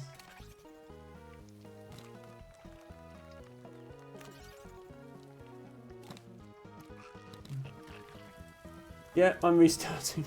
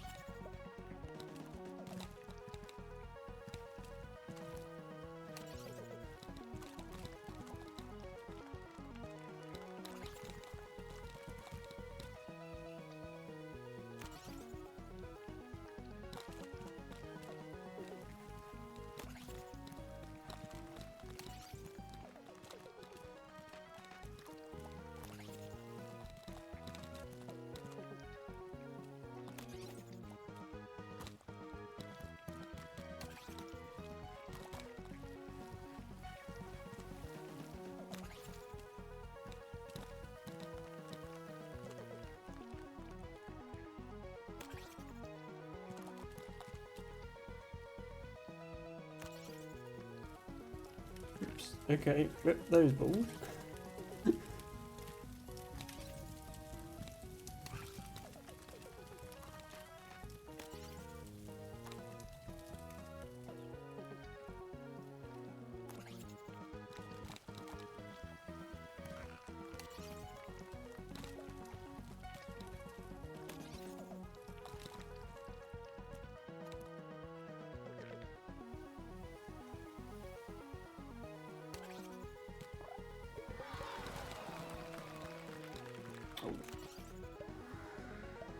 That gonna be enough? Okay, this actually might not be enough. Oh, phew. Some of them made it down here. This is surprisingly hard. I don't know why I'm struggling so much in what should be a very simple game.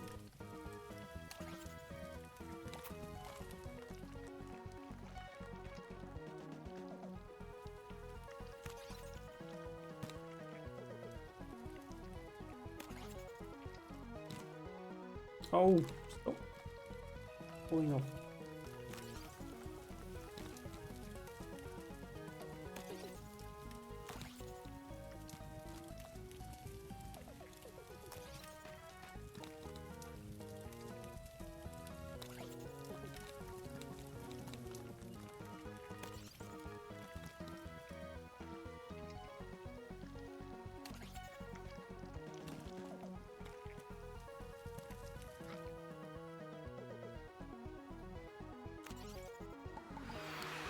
Okay, that's definitely not going to be enough for a flag, but we got there. I'm guessing this is to get all of them. Yeah, 26 is all of them.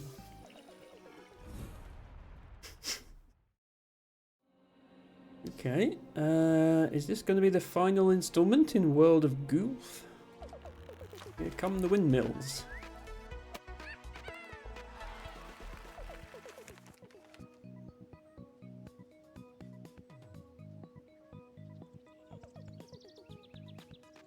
Ah, actual goo physics puzzles again. Some players may recall windmills in the original World of Goo game. Given when this game was supposedly made, which is well into the 22nd century, I don't suppose many people would have played the original. Well, here they are again. Like a photocopy of a photocopy of a photocopy. In the earlier games, they mined the environment. Now, they're mining their own past. The curator. So, what's going on here? Do we actually need to fly? Yeah, I think we actually need to fly.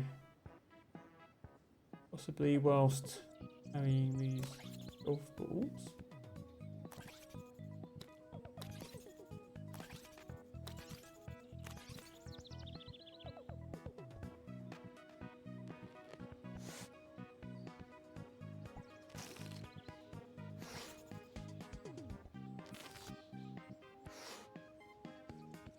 How do we actually go sideways? The wind going to catch it? Doesn't seem to be going anywhere. We have to do this spinny thing again. Oops.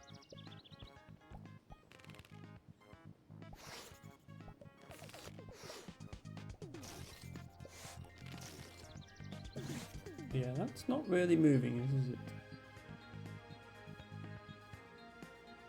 What if we shoot a golf ball out? Like, but if physics works, then that should cause us to move forwards.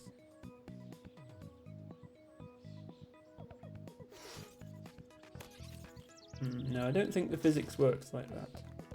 Okay, how on earth do we move this thing then? Maybe we don't actually bring the balls with us? We could just leave them here.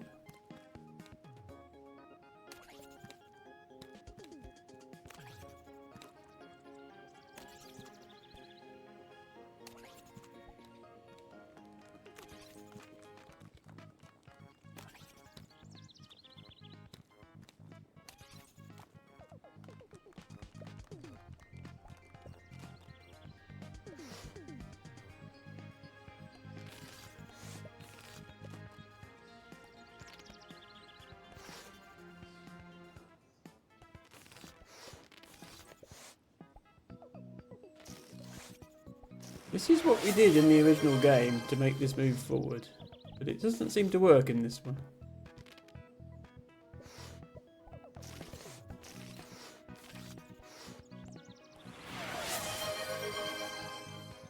Not moving.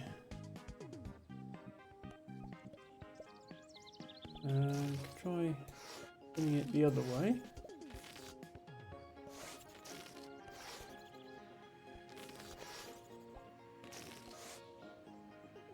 No, still not moving. Okay, I'm a little stumped then. I don't know what to do in this level. Pretty sure the balls can't reach the pipe from there. All the way up there.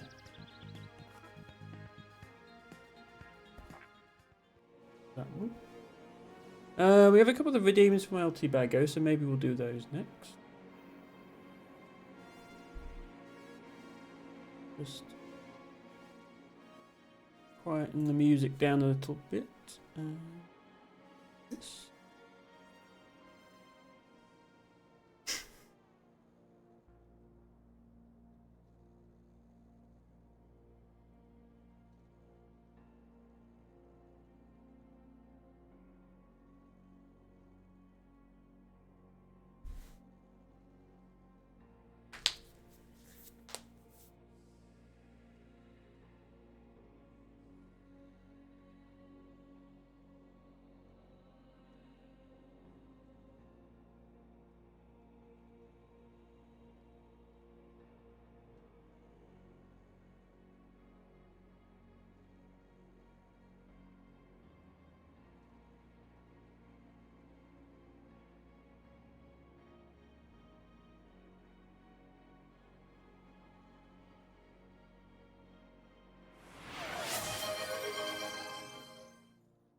Borage, Virago officinalis.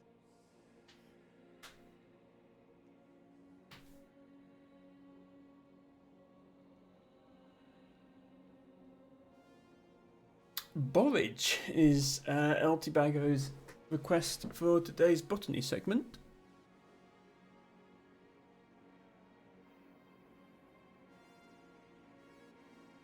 I have no idea where that name comes from, but it looks like it's also what's used for the Latin name.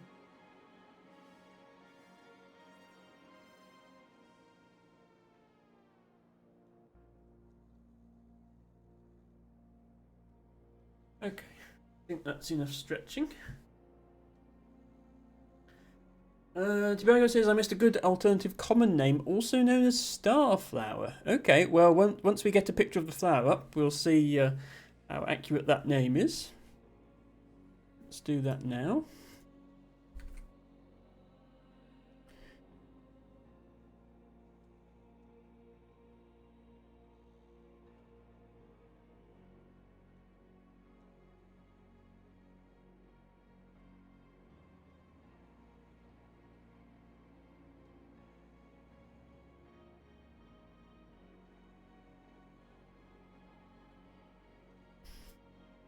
I think I'd say starflower is a pretty good name. So I'll just get the botany books and then I'll read about it.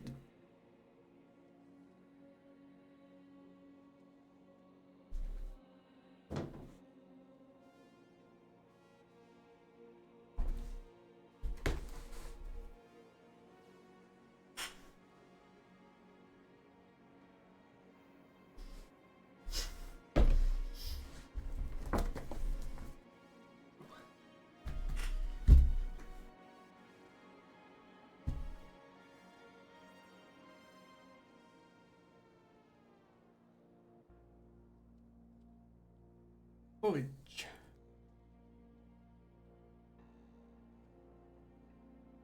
It is in this book. It's right at the start of this book.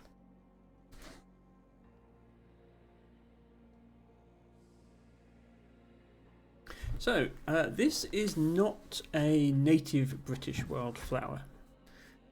It is a very popular garden plant that likes to escape. In fact, it's one of the most common garden escapes, probably after like green alkanet and alchemilla and stuff. It's one of the next most common. Ren says that looks like a deadly alien. Well, it is an alien.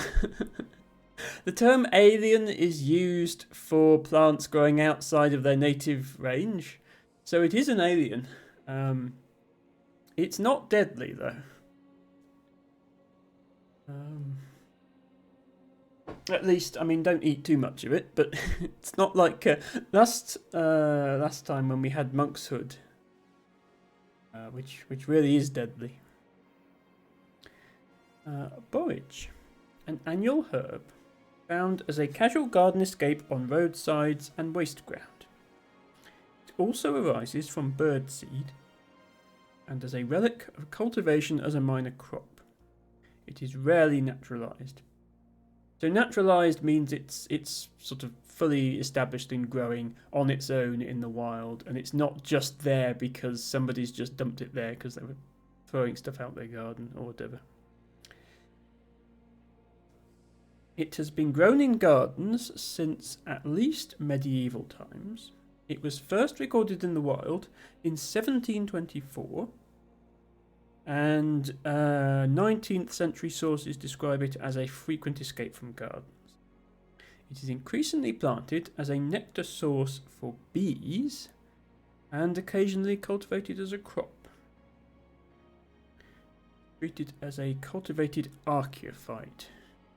The plants are divided into native, archaeophyte and neophyte. Archaeophyte means that it was brought to the area by human activity, but it was a long time ago. Often it's plants that were brought over during the Bronze Age or during the Roman Empire or whatever. Those are archaeophytes. The neophytes are things that have come across recently. And by recently we mean like the last 500 years. So not that recently, but recently on the geological scale. It is native to the Mediterranean area. However, the limits of its original native range have been obscured by its spreading cultivation. So it's found throughout Europe nowadays. Distribution in the UK, pretty much everywhere in England. Less common in Scotland, Wales and Ireland. Pretty much just correlated with population density due to its garden origin, as well as suitable habitat. So it won't grow on the tops of mountains. It's quite happy in any urban area. The fact that it's such a good plant for bees makes me not too worried about its spread as a garden escape. There are some plants that we'd really rather not have in the wild because they take over everything else. But given the horrible decline in bee populations that we're experiencing as a result of their habitat loss, if people are going to plant plants that are bee friendly, then I think that should be encouraged, even if some of them do make it into the wild. So I would say go ahead and plant this plant, save the bees. That's all good. El Tibago says the seeds contain a large amount of gamma-linolenic acid, which is the richest known source of omega-6, so is used a lot in supplements. Yes, I remember omega-3 coming from fish oil often. But of course that's a problem for vegans, so yeah, it makes sense they'd want a plant-based source. So that explains its cultivation as a crop, as well as its use in gardens. Which again, I mean, of all the crops you can grow, at least this one is one that would support native insects. Thank you for that information, Tibago. Obviously the trend of this one is increasing its distribution, because planting of plants in gardens is something that's increased a lot over the last century. It's not in any danger of losing its habitat. Just going to bring up a distribution map. There is, I was just looking if there was another plant in the same family. So this book only has borage in the Borage family. There is a plant called slender borage, which is apparently very rare. This one is not rare. Here's the distribution. Pretty much everywhere, but with a concentration in urban areas due to its garden origin. Found throughout North Somerset. A lot of the density of this map will just be reflective of local recording. So, for example, it's probably more common in some of these areas than it looks. I know around York, for example, the recording has been quite patchy in recent years. It's quite distinctive when you do see it, due to its bright blue star-shaped flowers, at least if you see it in flower. The leaves are a little less interesting. Let me see if I can get a picture of the leaves.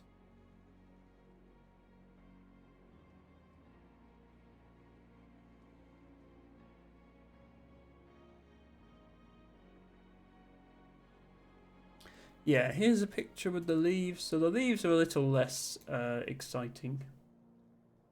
There's the flowers. That one's obviously from a garden, but it would look the same roughly if it grew in the wild. Tibago has the origin of the word borage. Seems to be from the Latin bora, meaning rough hair, short wool. Well, looking at the photo on the left, I can see lots of rough hairs on the stems and buds of the plant. So perhaps that's what it refers to. So thank you for that request, Tibago. Now, books back. Just a moment here.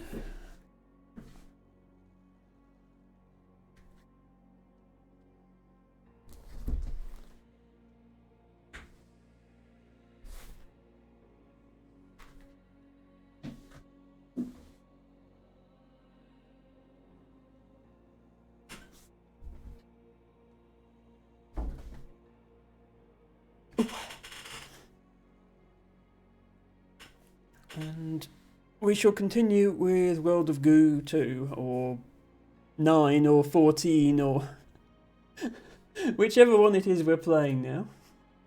I'm not going to do a full 4-hour stream today. I'm going to stop early.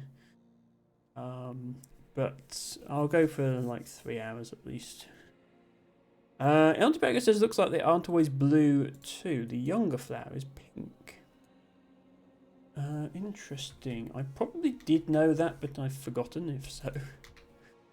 A good photo with the younger flowers. Not really. Although here's one with a pink flower in the mix. Just show everyone that quickly. There. That's apparently what the flowers look like while they're still developing. They're pink and then they go a sort of purplish and then they go a blue. It's nice. Right, World Goo. There we go. Tibago has another photo for anyone interested. Okay, I don't quite get this level. I can't seem to make the thing move. I'm going to go back to one of these other levels and then see how we go. Jelly Side Up. So this is going to be more World of Goo 11. So it's going to be this gravity manipulating world. Released in the year 2216, World of Goo 11 came out during one of the brief moments in time when everyone thought virtual reality would be a really cool idea. Virtual reality was never a good idea. Virtual reality was not a good idea in the 1980s. It was not a good idea in the 2020s. But after a few decades after everyone forgets how terrible virtual reality is, someone always comes along and says, hey, you know what would be a really good idea? Strapping a hot, heavy computer to your face.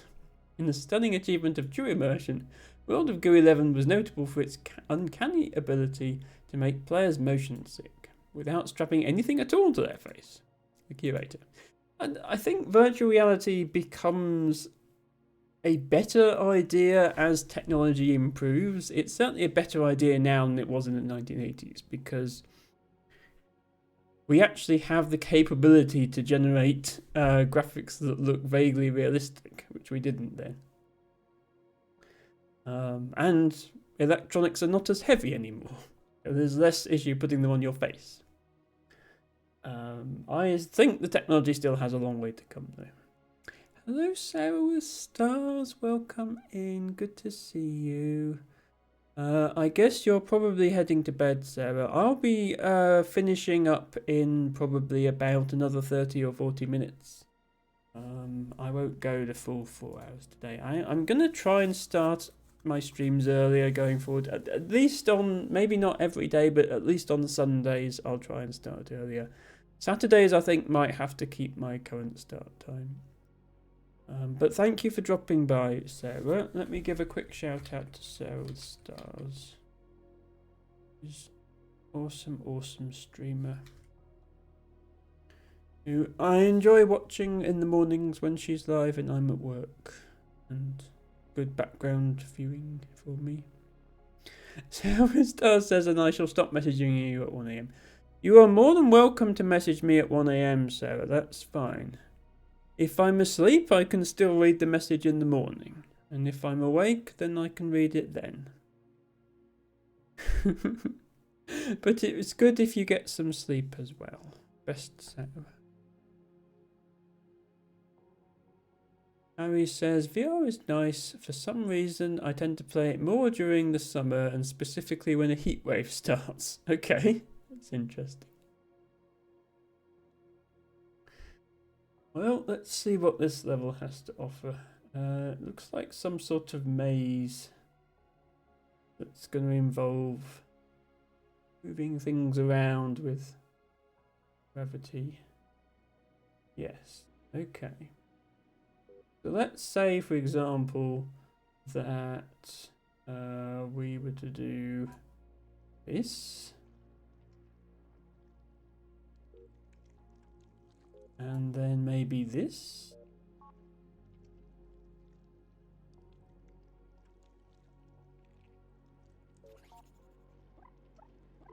And then that would wake up this guy. And then we could bring the both of you. Can I bring this round? Oh, that won't go through there. Oh, you'll have to wait there then. Maybe we bring both of them now and try and fetch this little guy. Actually, are you going to fit into that gap? To Google friend, are you going to be too big now? Okay, no, you do fit.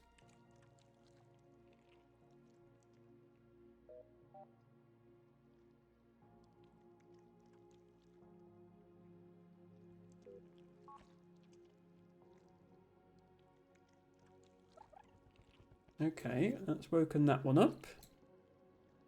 And we just need to extract them all.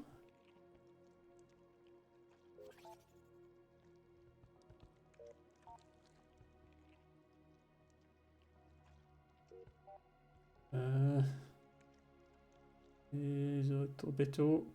There we go.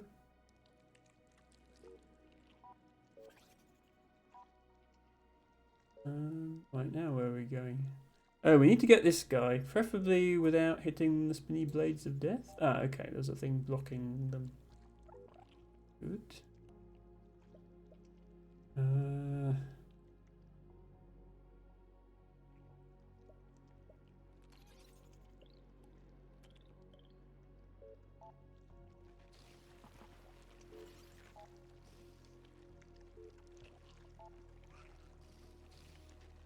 Appear to be mixing up a goo smoothly here.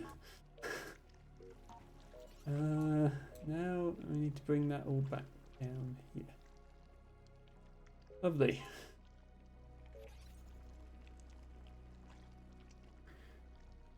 El Tibago says nobody ever messages me at 1 AM. I'm fairly certain that's not true, Tibago, because I'm pretty sure I've messaged you at 1 AM before. I would do more often, but I kind of do need to be asleep by that time, if possible, if I have work the next day at least. So I'm sorry people are not sliding into your DMs as often as you would like, T-Bag.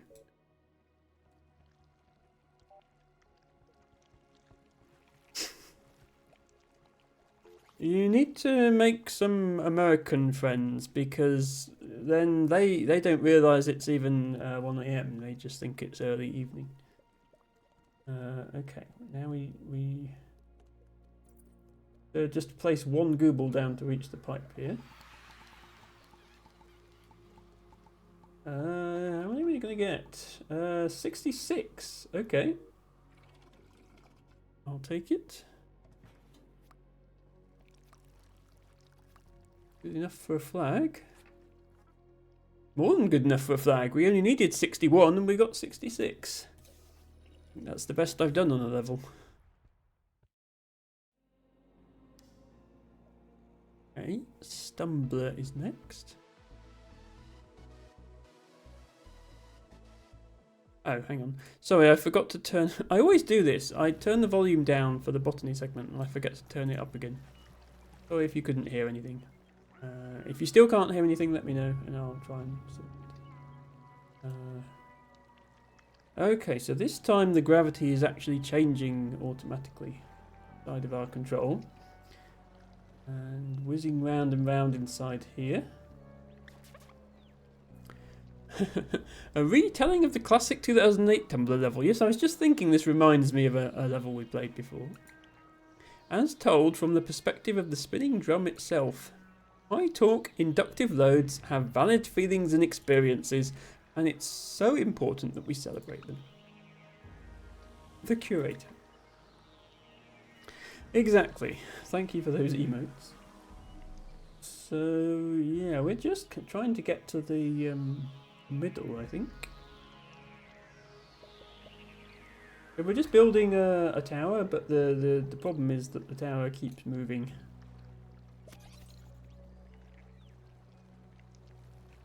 And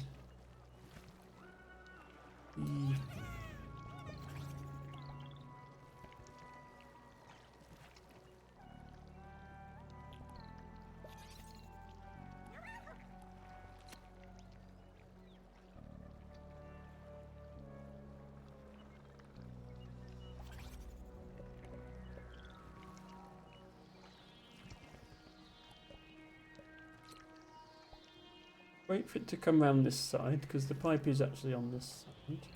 And then maybe if we're quick, actually build all the way. Almost. Didn't quite make it.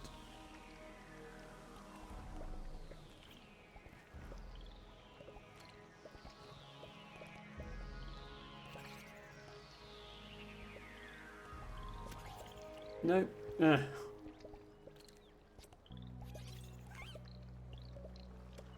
Every time I get close, it's going to move away.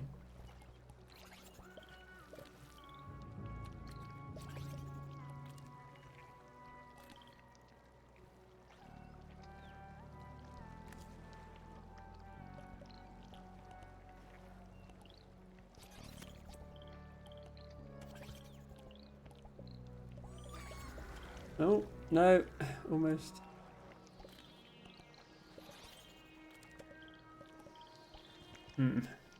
We could be here a while.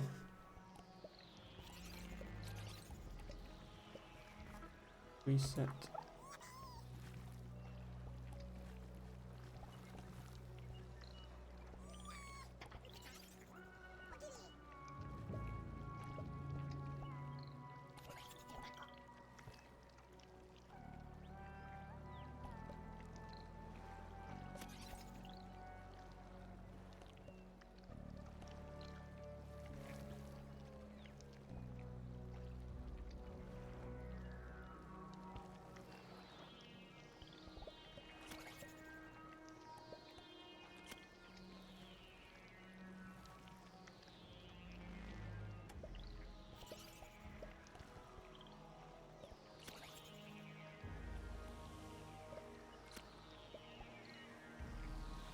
I think part of the problem is I can't really see the structure of it because the whole thing's such a mess.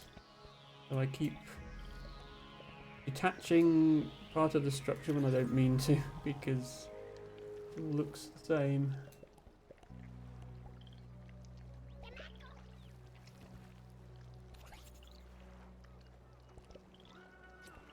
I've detached part of the structure, it's just kind of a big flippy mess. Here's a problem. Oh, almost.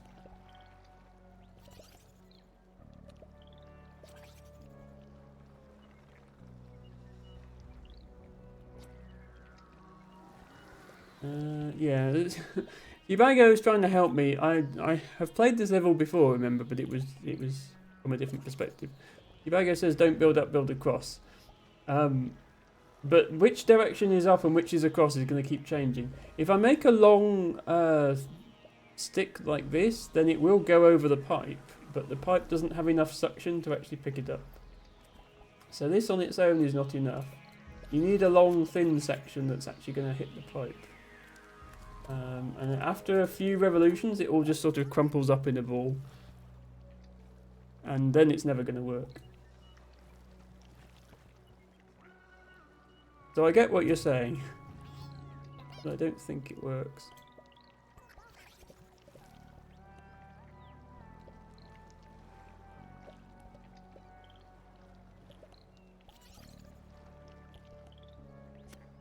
Yeah, I can do that, but then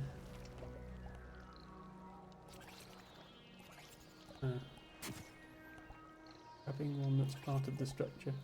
It won't stay in place, and once it gets to a certain size, it just crumples in on itself. And if you make it thicker to stop it crumpling, then it won't. It has too much momentum and it doesn't stay by the pipe. Oh, that almost stayed by the pipe. See, a few went in. I kind of want them all to go in.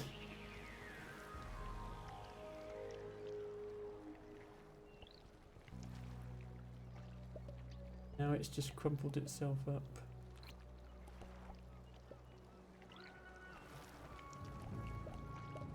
To uncrumple this bit.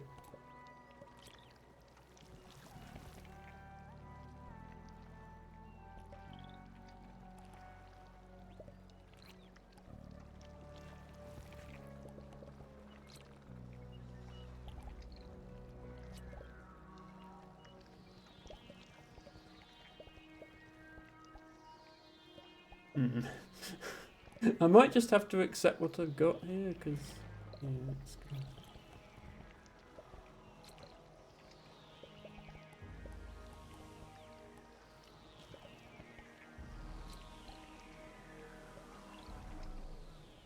I keep doing this.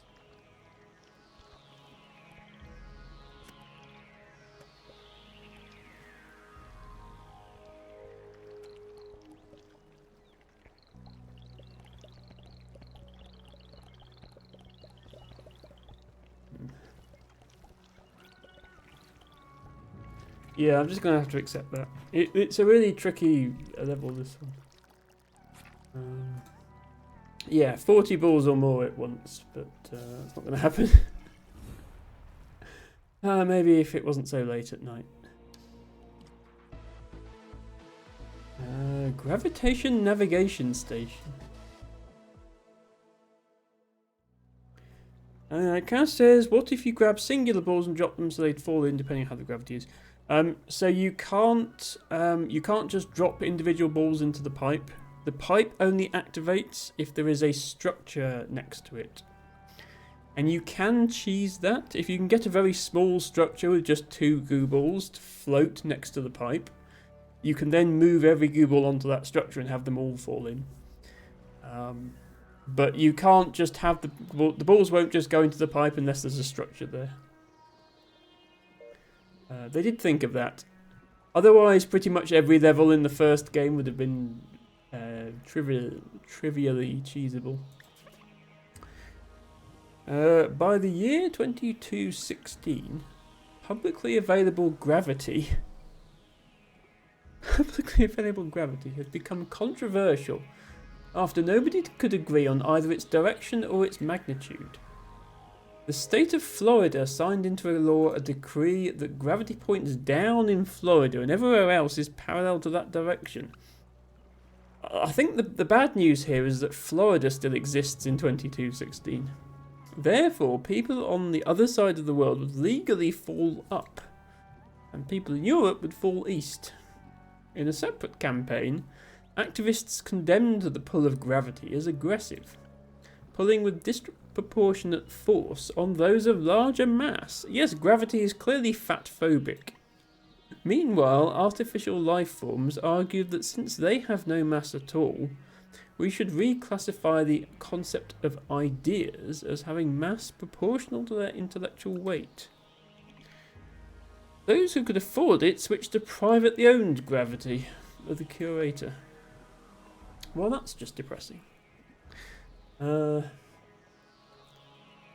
forget, Twitch doesn't want us to talk about sensitive social issues, so we're not allowed to recognise that that is a parody of capitalism. Okay, how do I make any progress here? Because these guys are all asleep, and those can't be moved. I can... Gravity... if I'm very careful, which I'm not, I can... not quite what I meant to do. Let's retry.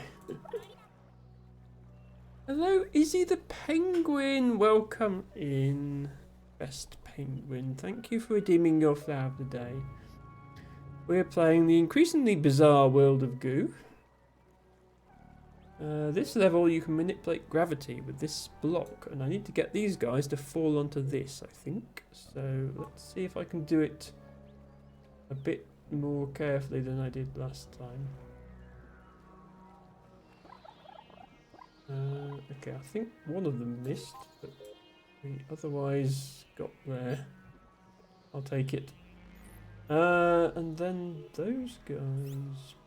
okay. How are we supposed to get them down? Because you might think, oh, let's just point gravity this way, but then there's lava that's going to kill everything. It's probably bad.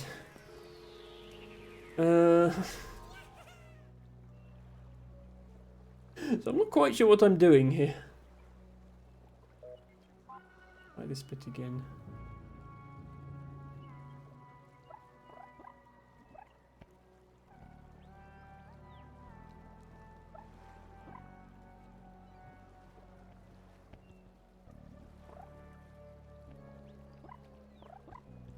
Oh, shit. Let me try that a bit better. Some of these later levels are a bit gimmicky, it seems. I hope you're having a good day, Izzy.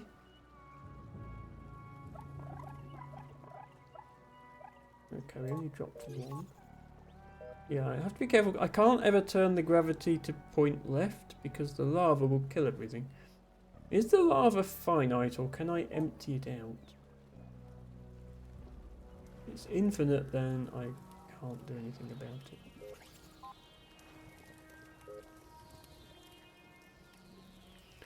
Izzy says, very distracted by Baldur's Gate 3 at the moment. Ah, well, have fun with that for sure. Thank you for stopping by regardless. Watching my World of Goo gameplay. Getting your flower. I'll get rid of all this lava so that we can point it. If any of this hits the middle, it'll melt all the goo balls and then we'll lose.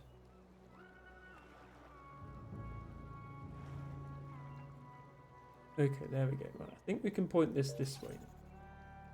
Which we need to do in order to reach these.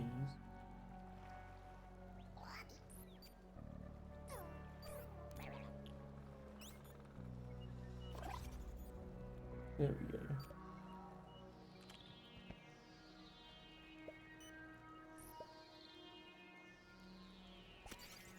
You wouldn't mind climbing aboard? You?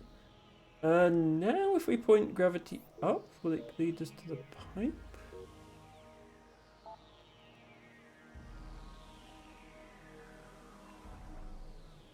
Oh, no, because that's actually stuck to the side. Okay. Need to unstick it. Oh, and we left some board blue ball behind.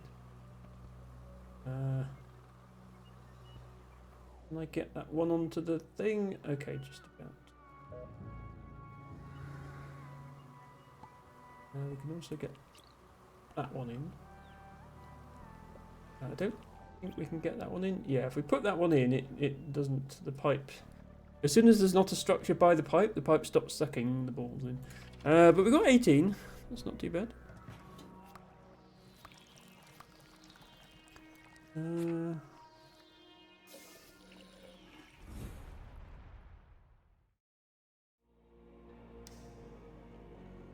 and burn. Yeah, I have never played Baldur's Gate, Izzy, but I've heard good things about it. Is it something you consider streaming, or not really?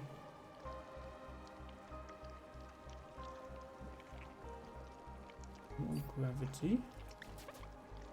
It's time. It's time to burn down your house. The curator. Is that a threat? So I think what I'm doing here is trying to get up here without hitting any of this lava. Where is the pipe in this thing? Oh, over there. Izzy says, I couldn't stream it. I'm in awe of people who can. Fair enough. Well, hang on. How does this work then?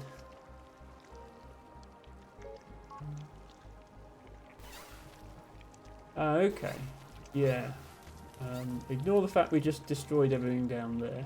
Assume we hadn't done that, then we could redirect that, and then we'd be able to build there. Okay. At least I see theoretically how to beat the level. I think we just need to start by building a very straight tower.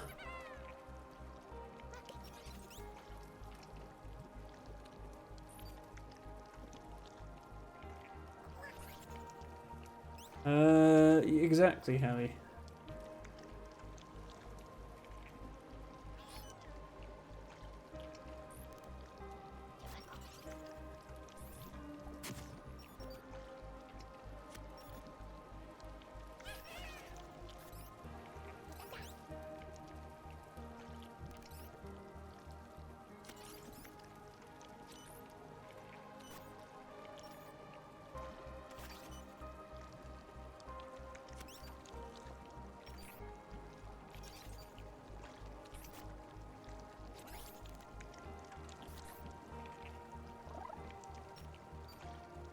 Okay.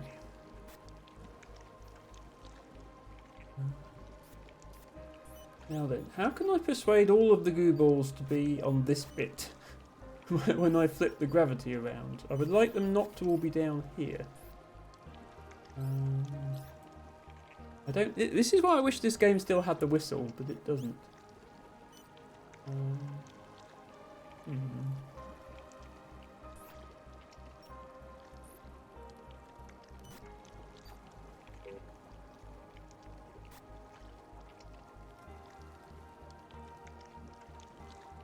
don't know what I'm supposed to do, because if I just move this, then almost all the goo is going to die horribly.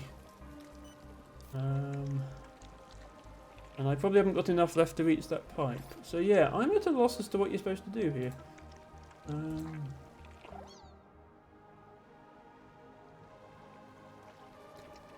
Cass says, aren't the white framed ones the ones you can rebuild?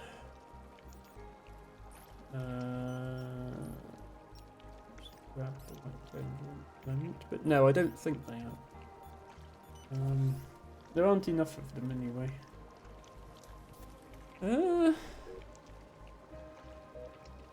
I really quickly flip this block around? No. Okay. I was hoping if I flipped it round quickly enough, then all the goo would just go that way and it wouldn't be a problem anymore. That's not possible. Maybe you're supposed to sever the connection once you're far enough up. Yeah. No. As I say, I don't think you can. Well, you can by burning it, but that seems a bit imprecise. Let me try building it more over to the right, so we can at least tilt it slightly without immediately losing. Yeah, if you're supposed to use the white ones, then they shouldn't have designed it like this, because it's pretty much impossible to select a white one.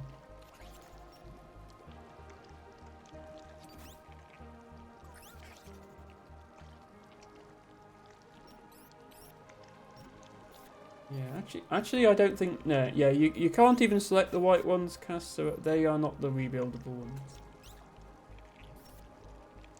They're just ones I can't select. They're just along for the ride. Okay. Can I very slightly tip?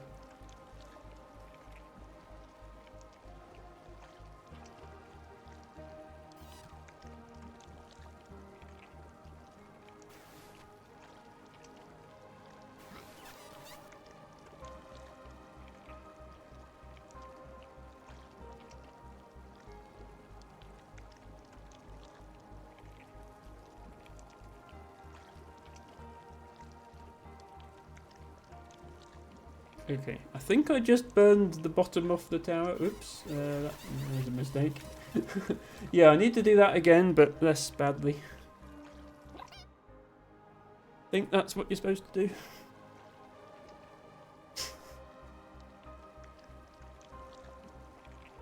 Try that again. Yeah, the white ones are not ones you can place, unfortunately.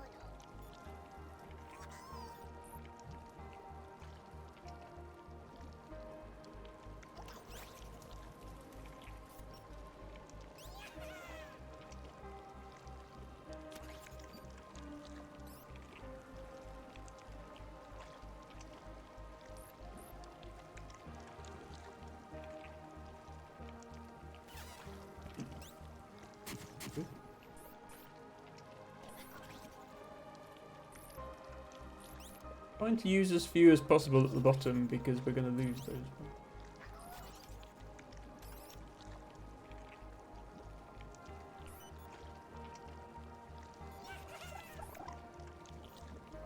Okay. Yeah, be careful. Well, I didn't ruin it intentionally.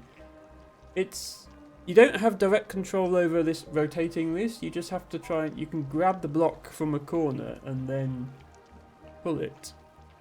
So if you let it swing round, it's going to swing round.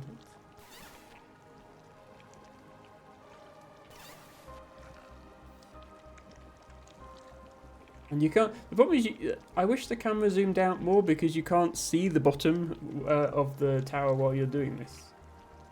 You can't really tell what's happening.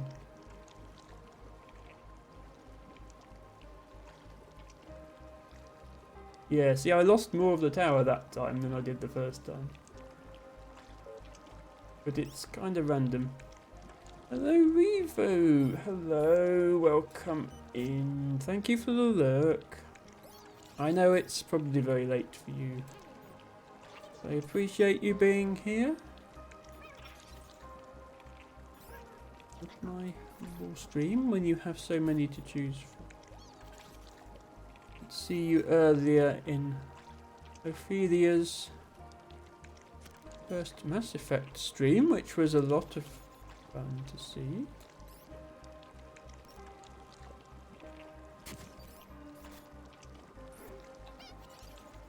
Revo says, "Hi Harry, it's been a while." I don't think it has been a while actually. I think it's been about an hour.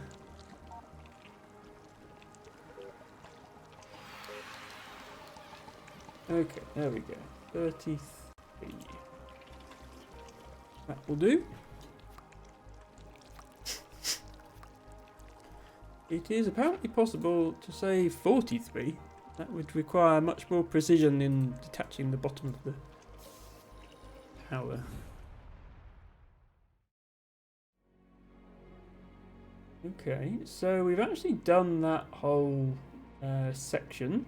Couldn't figure out that one, so we're back to this slightly weird segment on this side now. A sip at the sour note.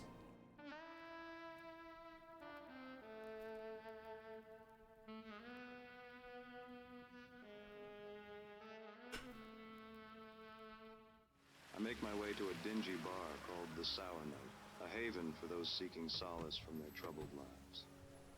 I'd gotten a tip that Rusty Blackwood, the man I'd been hired to find, has a taste for this joint.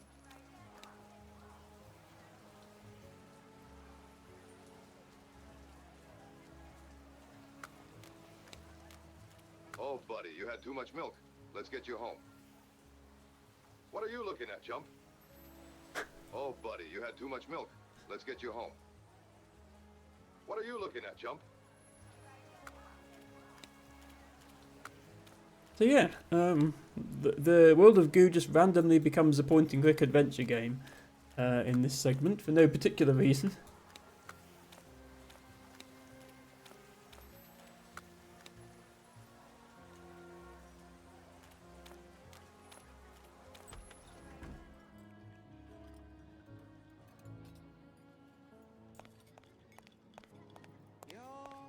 I approach the bar, flicking wet from the rain off the collar of my trench coat, and take a seat on one of the worn leather stools. What's your poison, stranger? Just information tonight. I'm a bartender, pal, not a library. All right, give me a frosty glass of milk. Everybody drinks milk in this game, apparently.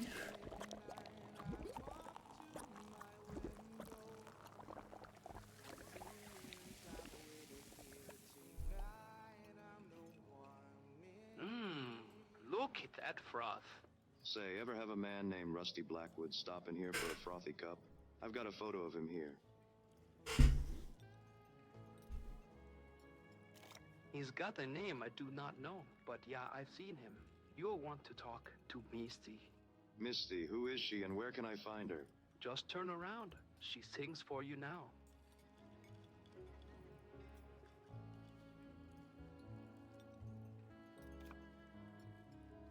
Whoa.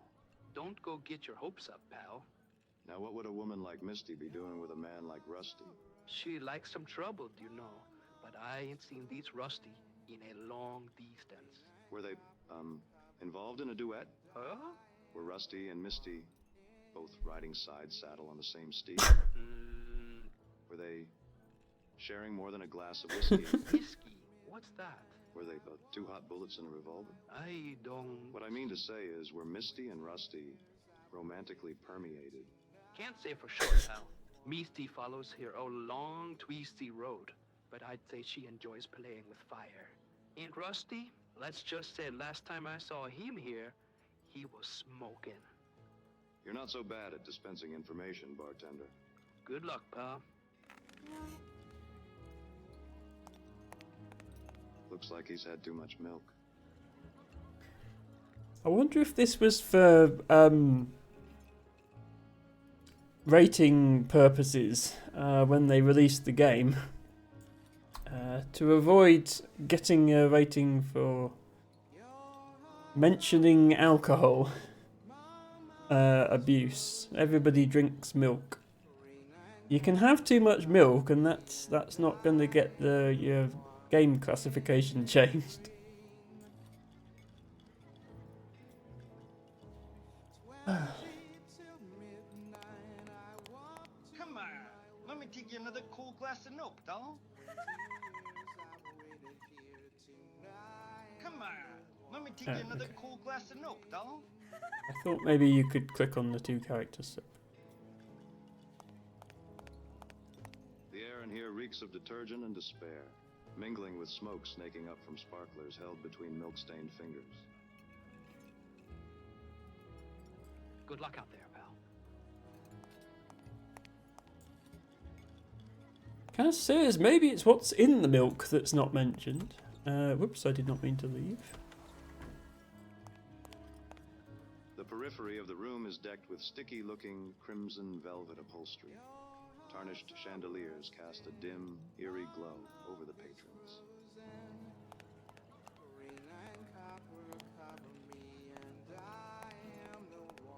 Oh, okay. Didn't realise we could go this way. Just picked up 2 Goobles because why not?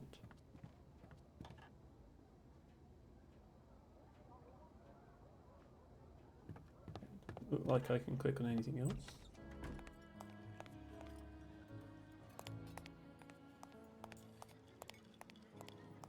Misty's sultry voice floats in the air like a wounded albatross. She sways to the rhythm of the music. Her eyes move languorously from one patron to another, as if cataloging their sins. 20 years I've waited here tonight. I'm the one in green. Cass says there's a picture of a Google on the wall. Can I click on any of these pictures?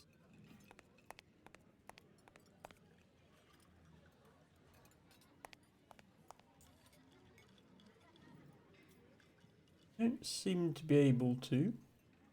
Oh, in the dressing room. Okay.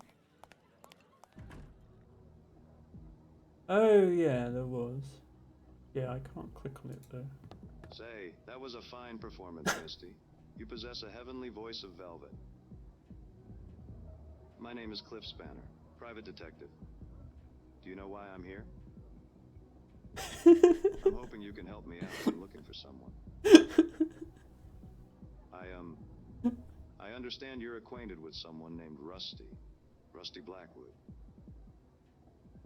He's not been seen in a while, and I'm hoping you can tell me where he might have gone. For a woman with such a beautiful voice, you sure are spare on words, aren't you, Misty? A real laconic crusader.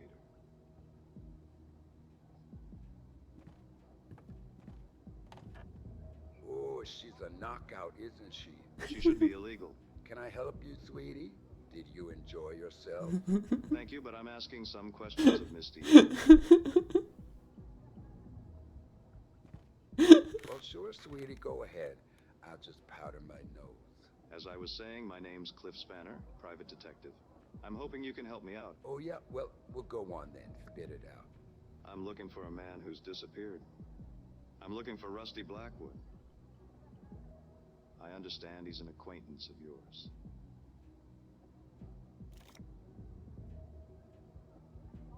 Do me a favor, sweetie. Turn around, please.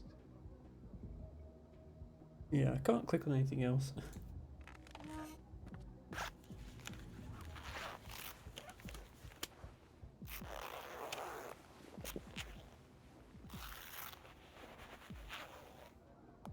Coffee cupcake, you can turn around again.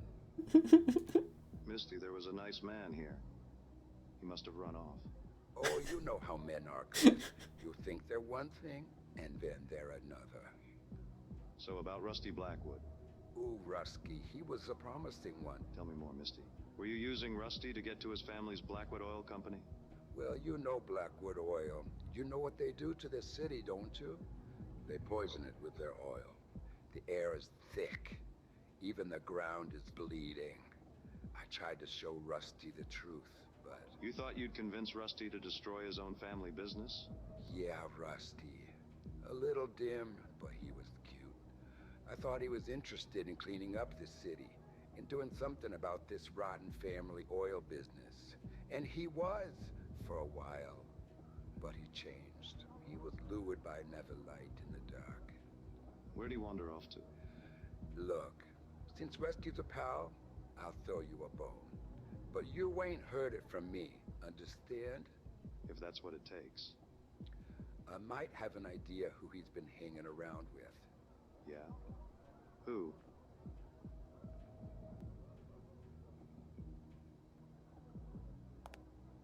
There's a man, Dmitri Konyak. He's a real charmer. A gentleman of the night, a distant mountain of ill repute. You catch me? I think I know the type. The city is lousy with characters. Most of them shady. Watch yourself, Spiera. Dmitri is more than you probably expect. He has the way of crashing even the sturdiest ships into his rocky shore. He has the way of getting what he wants, even from tough nuts like you. What would he want from... Just find Dmitri Konyak. You will understand. He's usually on the last train out of the city, the midnight steamliner. If you leave now, you still have time to catch him tonight, if you hurry.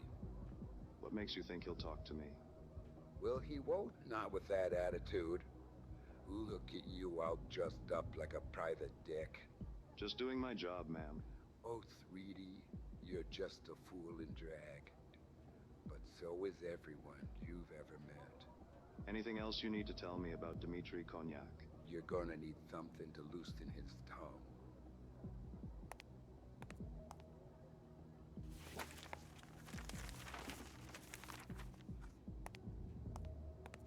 Take this.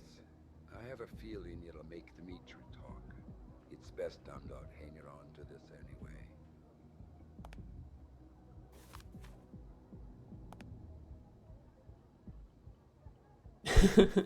Careful, Tivago and Cass. Remember, you're not allowed to talk about gender on Twitch anymore.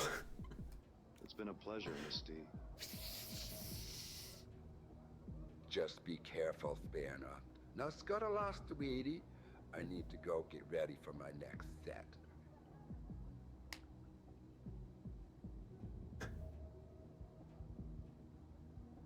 I guess we're going.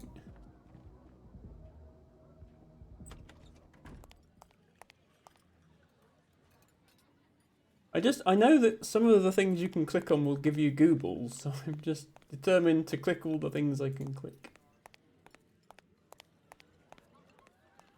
Good luck out there, pal.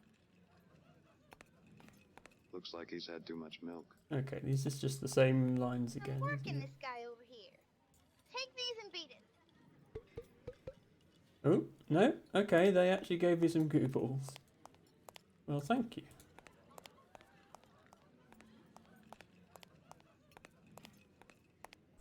Cass says, I don't go outside enough to be able to say anything about that about my time. And this guy, Konyak, might hold the key. I gotta get to the train station. The echo of Misty's voice trails behind me, mingling with the distant wail of the city. The night is young, and I am not. I see a sad sack in a city cleaner uniform sweeping wet sludge from the sidewalk into the gutter. He turns away from me as I pass. But is this the same guy who was mopping the hallway outside my office? Suspicious. No way, couldn't be. What's your name, friend? Just a guy looking after this dump. Hey, I think you dropped these. Oh, more Goobles. More Goobles in the bins. Oh, we got all the... Yeah, we found all the Goobles again in the point-and-click adventure. Well, these levels are quite long, but they're interesting, certainly. So I think I'll leave it there for today. We're coming up on 3 hours. This would probably take more than another 2 minutes. Murder on the Midnight Steamliner is where we will resume things next week.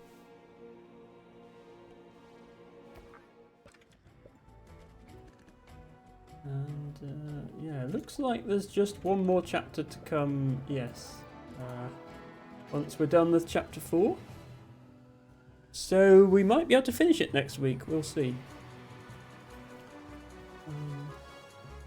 But yes, for now, I'll leave it there. Thank you everybody for watching.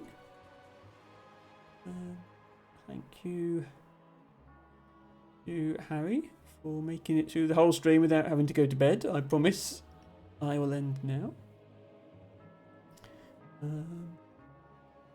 Thank you to, I don't know if they're still here, but